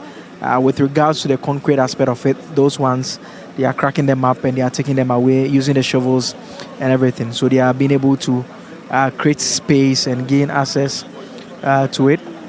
And that is what they've been able to do so far in terms of gaining access. So that aspect of the operation has relatively been easier for them. The part that has been difficult is the metallic aspect, and that is how come once they are even able to lift the stones, once they are even able to lift them, they would have to still cut through the metals and gain a bit of access and try and remove more of the things, the stones, will be able to get access. And what they've been able to do so far is some significant progress. In fact, the visuals that we are showing you, you can see that some individual is already in there.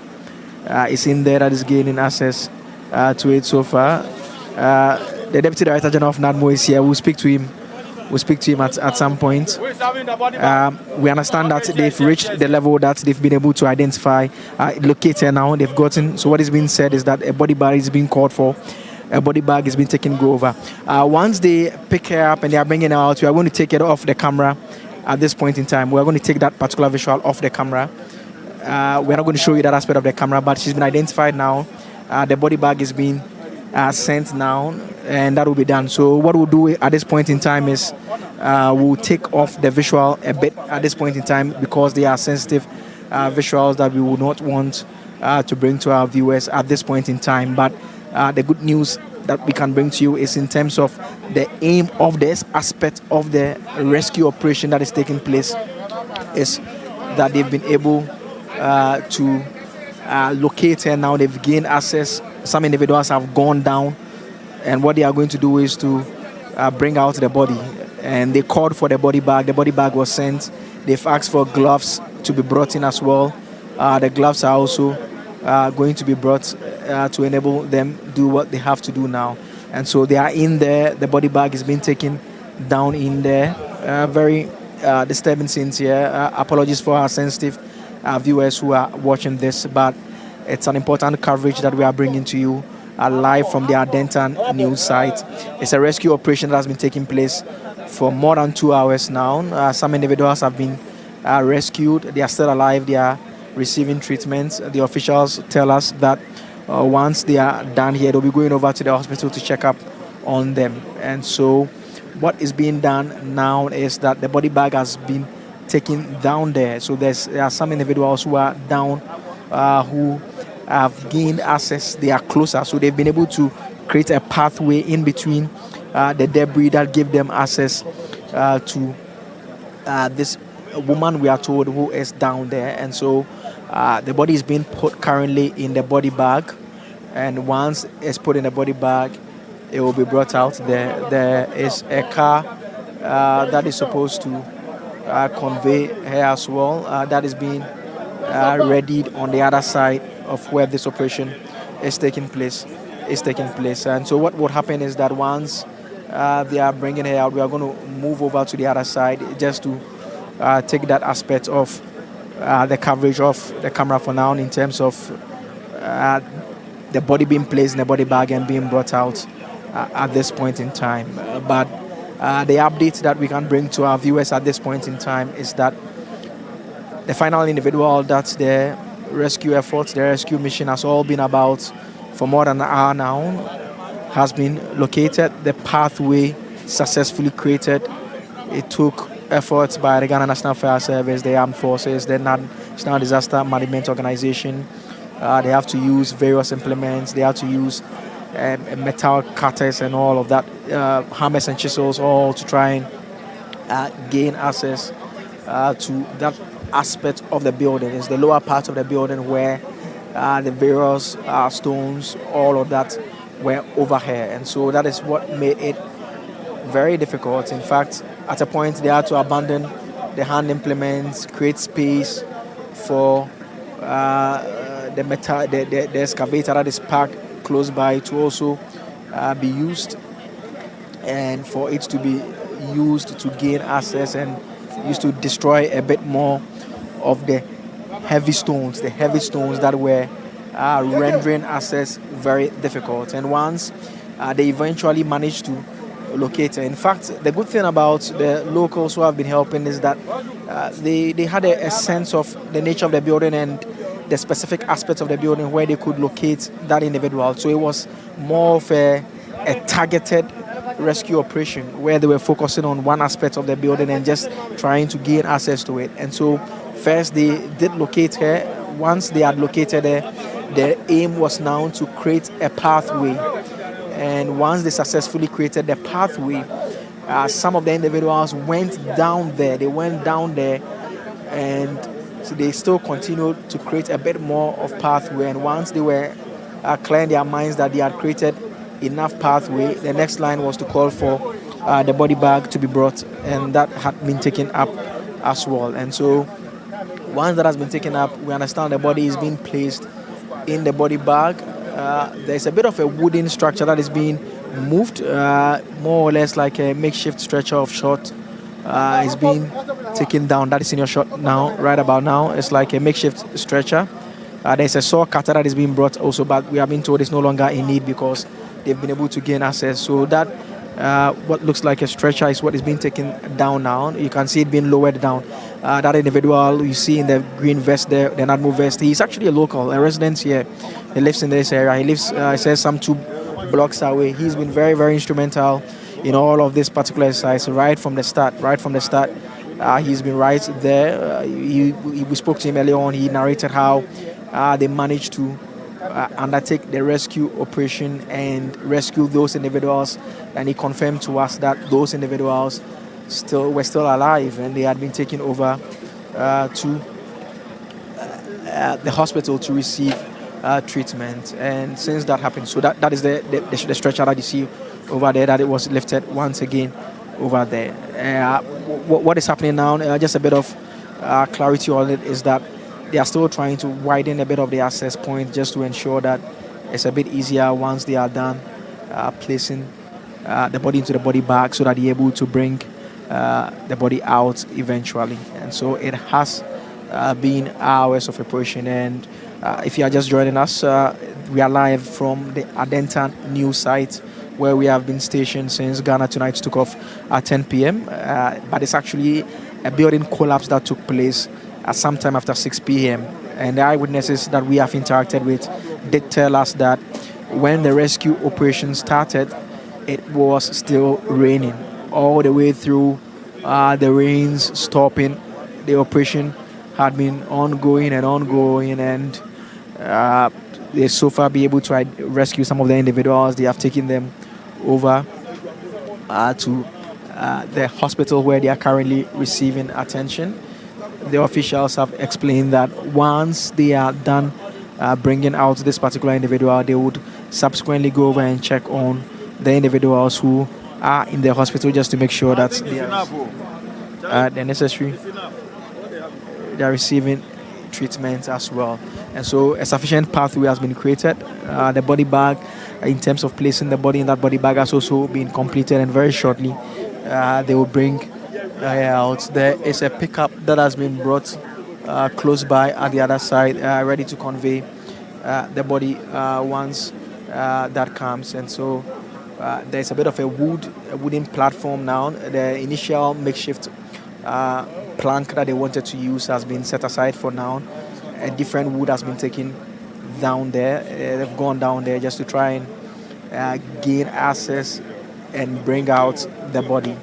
And so it's been a coordinated efforts of the various relevant state agencies that have so far done their best to ensure that they can close this search and rescue operation that has been on. And what has been extremely helpful is the fact that they had a clear sense of the numbers of those in the building and what they were supposed to do. And so that is how they decided to undertake this particular operation. And with that targeting exercise that was being done, it meant that they were still continuing all throughout. And so some of the key implements that were used to gain access are being moved from that site now. They are being moved from the site currently.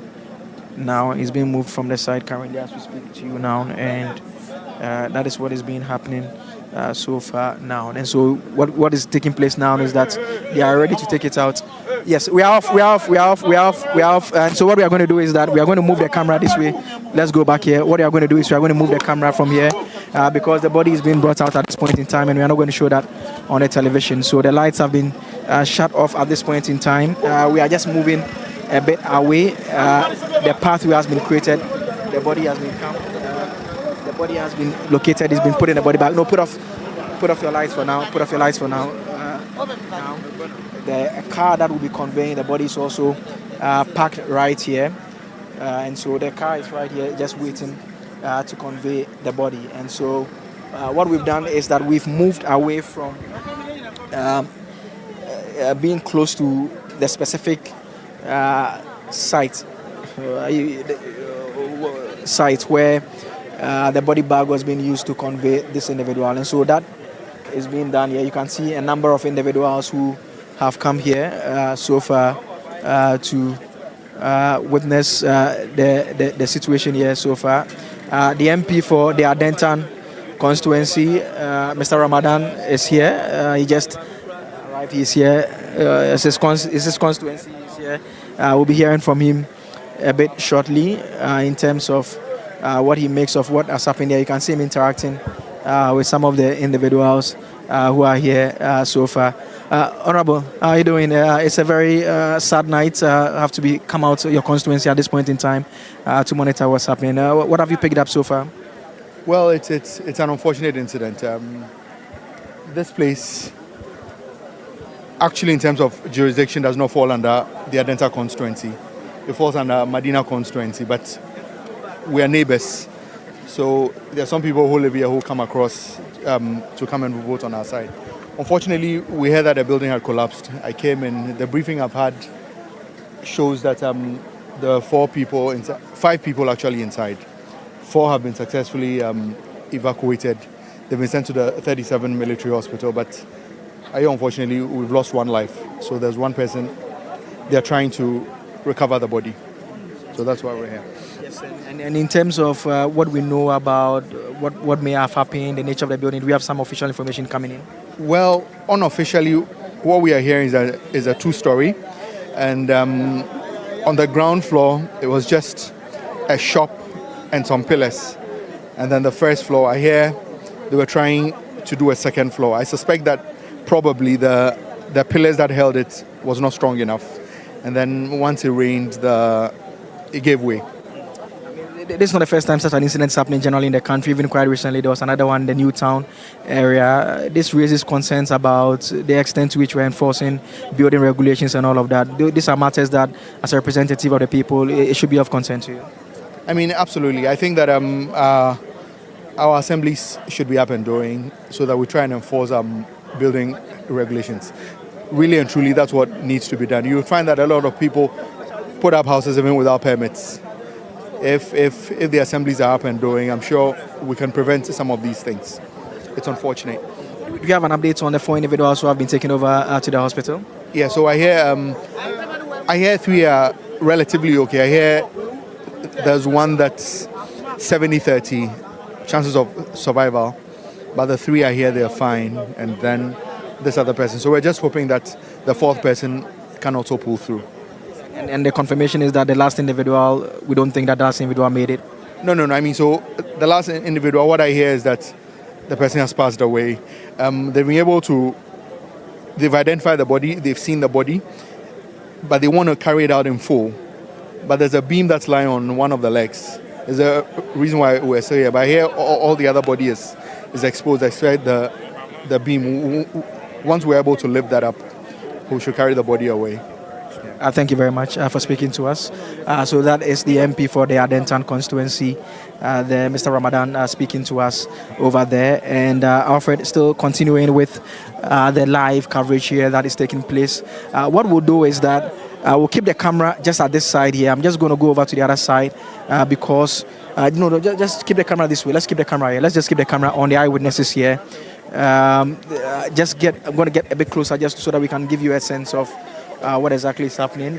Eventually, we'll do a final interview with the NADMO officials as well, and we'll just get a sense of they giving us a final briefing on what has happened there. So it's a lot of emotions here. You can see this young lady who is basically unconsolable. I mean, she's in tears. She's in tears at this point in time. And that final body that we're talking about has been placed in the car at this point in time and is being conveyed from the scene. And that is what has left many people in tears. I mean, that's what has left people in tears. People are crying at this point in time because one person, as we can report now, has been is believed to have died. He's been placed in the body bag and is being moved away in the car. So that is the police car, the pickup that is conveying that final body away from there. It's a moment of tears, a moment of pain. We can see some of the individuals who know the person there in tears at this point in time. Very sad scenes here, very sad scenes. The bodies that is being conveyed right away from here. Very sad, very, very sad situation here. It's a story, it's left people in uncontrollable tears at this point in time here. You can see the wailing that is taking place at this point in time. You can see there, Alfred, a very sad situation here. And what we can report now is that 5 individuals were trapped in the building. 4 of them were rescued alive. The 4 have been taken over to the hospital and receiving treatment. 1 person, unfortunately, is believed to have died at this point in time. And so that brings an end to the search and rescue operation that has been taking place since sometime after 6 p.m. That is the end of the search and rescue operation. And what is taking place now is that the main equipment, the main excavator that was undertaking this particular exercise is being moved from the site now. And what we are doing now is to just take you a bit closer just to make you see that excavator. So that's the excavator that was undertaking the main search and rescue operation so far. There are still some bit of clearing up that is taking place there. There's a bit of a briefing that the relevant state agencies are also doing just right behind it there. You can see it's all trying to do some work and some clearing up. But with regards to the search and rescue, it has been brought to an end. What they will be doing is that we understand that the operations will officially resume tomorrow. What they will be doing tomorrow is that they will be doing a bit of a clearing up because this is a property that is in between houses, and so they would have to clear up and create a bit of space just to make sure that the various debris, the stones and every other thing that is here is cleared up and moved from the site. And just to satisfy the search and rescue operations also that they have indeed concluded as they believe. But the official information on the ground is that they have concluded because the number of individuals they believed were still trapped here has been brought out. Unfortunately, the information that have confirmed to us with officials here is that she wasn't alive. Very unfortunate. That's what has led many people to be in a state of tears. And so what is taking place now is that that vehicle will be moved out shortly. We're expecting to be able to get some official discussion here, some bit of a briefing officially. The Deputy Director General of NADMO there exchanging pleasantries with the MP for the Adentan constituency at this point in time. We'll try and get a brief word from the Deputy Director General of NADMO as well. We heard from the MP not too long ago. We'll try and speak to the Deputy Director General of NADMO shortly as we bring our operations in terms of coverage here to an end at this point in time. At least a bit of good news here is that they've been able to complete the operation that they have been undertaking so far in terms of the search and rescue as well. And so we'll try and get a quick word from the Deputy Director General of NADMO, who is here. We'll try and get a quick word from him as well and just let him explain to us the next steps that will be taking place in terms of the next operations. We can speak to at this point, Teddy. Yes, we'll just try and get that as well. Let me just drag Honorable Teddy. Let me just get a quick word from him, please. Just a quick word from you, please. You're live on TV3. Just briefly, just explain to us. We know that you've concluded it. So from the angle of NADMO, just summarize everything that's taking place. Okay, so we're done picking up the last person that was trapped under the rubbles by. We can't declare the state of the person yet. We are moving right from here to 37 Hospital to first go check up on all those who were rescued to see their current state. Then from there tomorrow we'll come here, assess what was really the cause. Yes. If you are calling it off at this point, is it that we conclusively can say that we don't believe there's no one trapped so far? As it stands now, from all our search done, we believe definitely there is nobody trapped there. Because per the low data we gathered when we got here, we're told it was just about 4 or 5 people. And looking at the numbers rescued, I think we've been able to rescue all of them. And so as it stands now, we have 4 rescued and 1 that we can't determine her state now. And it is supposedly maybe the mother. That's what we think, yes. And in terms of the next steps, what will be taking place tomorrow with respect to this particular place? What will be happening? So what we're going to do is tomorrow we're going to come here with the engineers, and then we're going to pick up all the debris. After picking up the debris, then we'll start with our investigation as to what really caused it. It must have been a difficult exercise, given that when it took off, it was raining as well. There's a fire incident in a different part of the capital as well. A lot of work being done by NADMO at this point in time. As it stands now, we're going to 37 to go check up on the body. Then from there, we move straight also to Makola to also go and check what's happening there as well. Since last week, it's been a very busy week for NADMO. It started with the opening of the Wager Dam that caused a lot of spillage. We've been there. As I speak to you, we're even planning to have gone there tomorrow to go see what's the current state of the people there. And then this happened this evening. But I'm just thanking God that the NADMO team and everybody that was involved is ready. We are very ready and very proactive. You could see what has been done here. So we just thank God. Yes. Thank you very much. We'll leave it for you to continue with the hospital operations that you're going to undertake. So, Alfred, this has been our extensive coverage that we've been bringing you right here at the Adentan news site. You heard from the National Disaster Management Organization Deputy Director General, Honorable Teddy Adis-Safori, speaking to us a short while ago there. And so still a recap of the confirmed figures that we can report at this point in time is that there were 5 individuals believed to have been trapped as well. The 5 individuals have been we can also hear from the National Fire Service. Your name, sir? I am the Regional Fire Commander. I am Assistant Chief Officer Rashid Nisau, the Greater Accra Regional Fire Commander.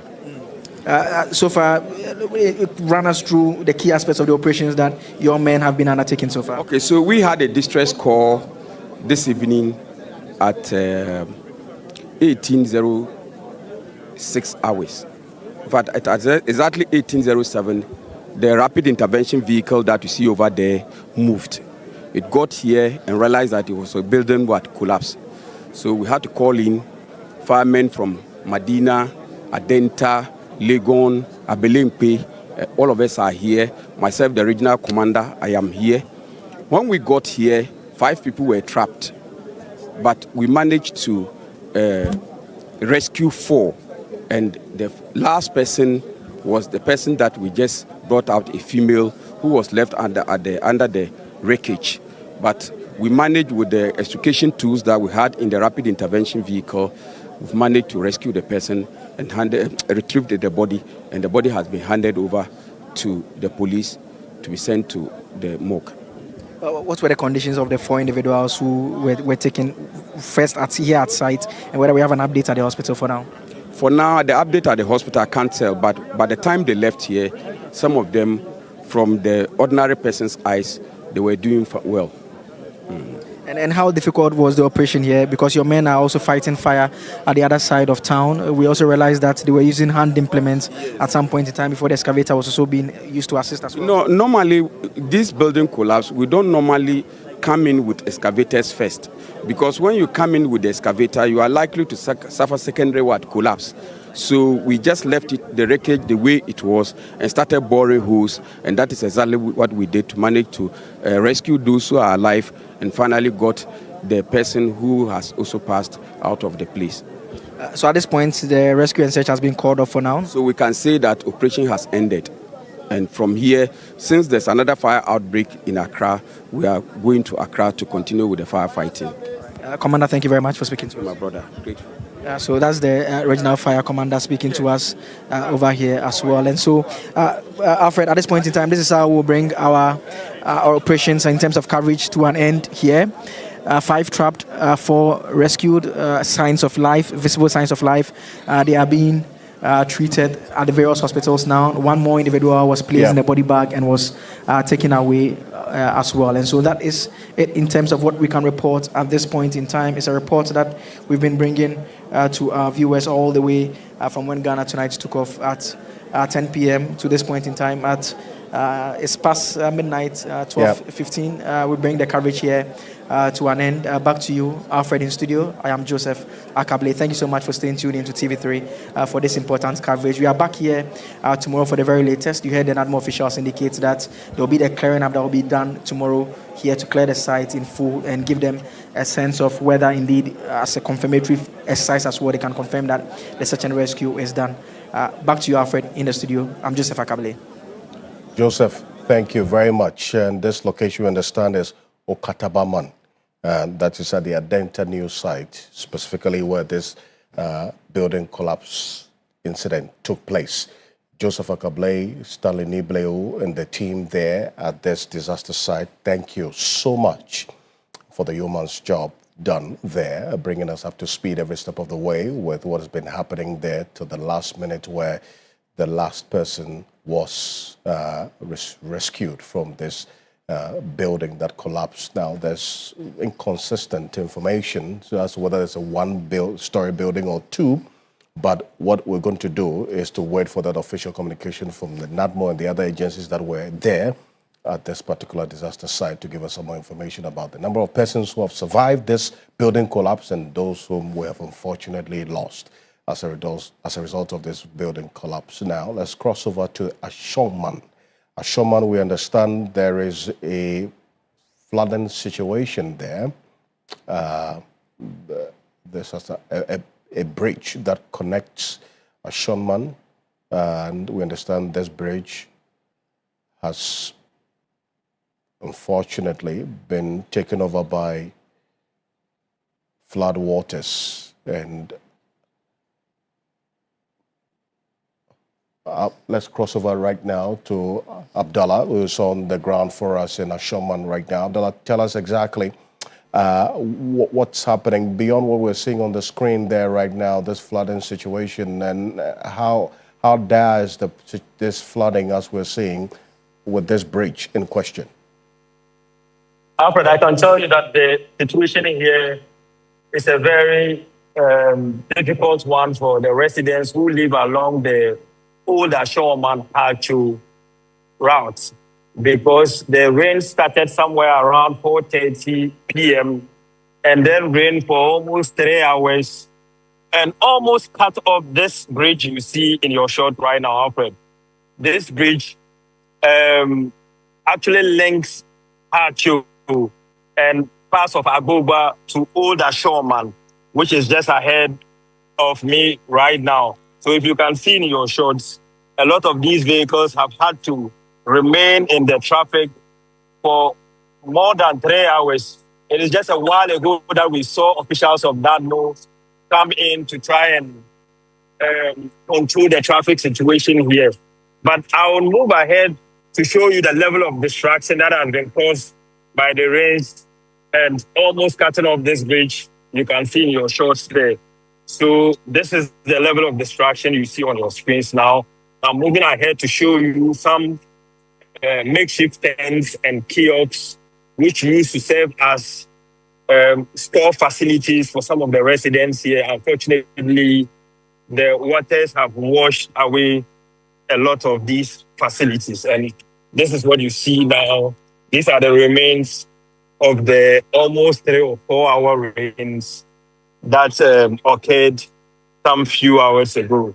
And you see a lot of the residents who are still here discussing what has happened to their livelihoods, because most of them actually left work around 5 p.m., 4 p.m. And up till now, they've not been able to get to their various destinations.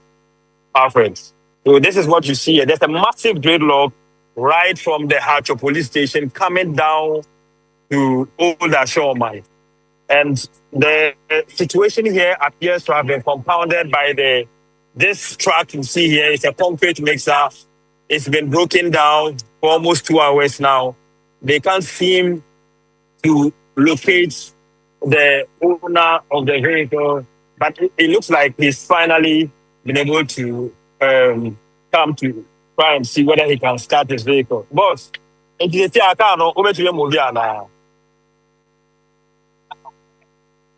So he tells me another vehicle you see in your shot over there, Alfred, is actually trying to come and see whether he can pull him off the mud that unfortunately he's gotten his vehicle stuck into as a result of the rains. So this is the level of distraction you see here, Alfred.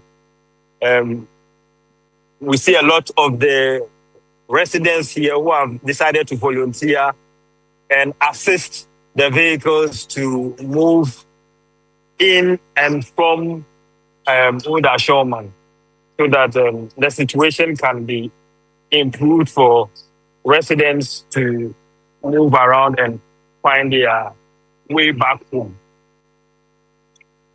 Mohamed Abdallah there, giving us live updates of what's happening at Ashoman right now, that bridge that links Ashoman to Hacho.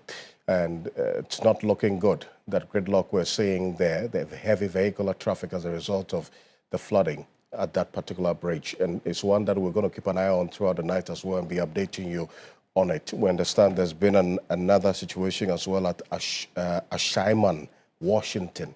Ashaiman, Washington.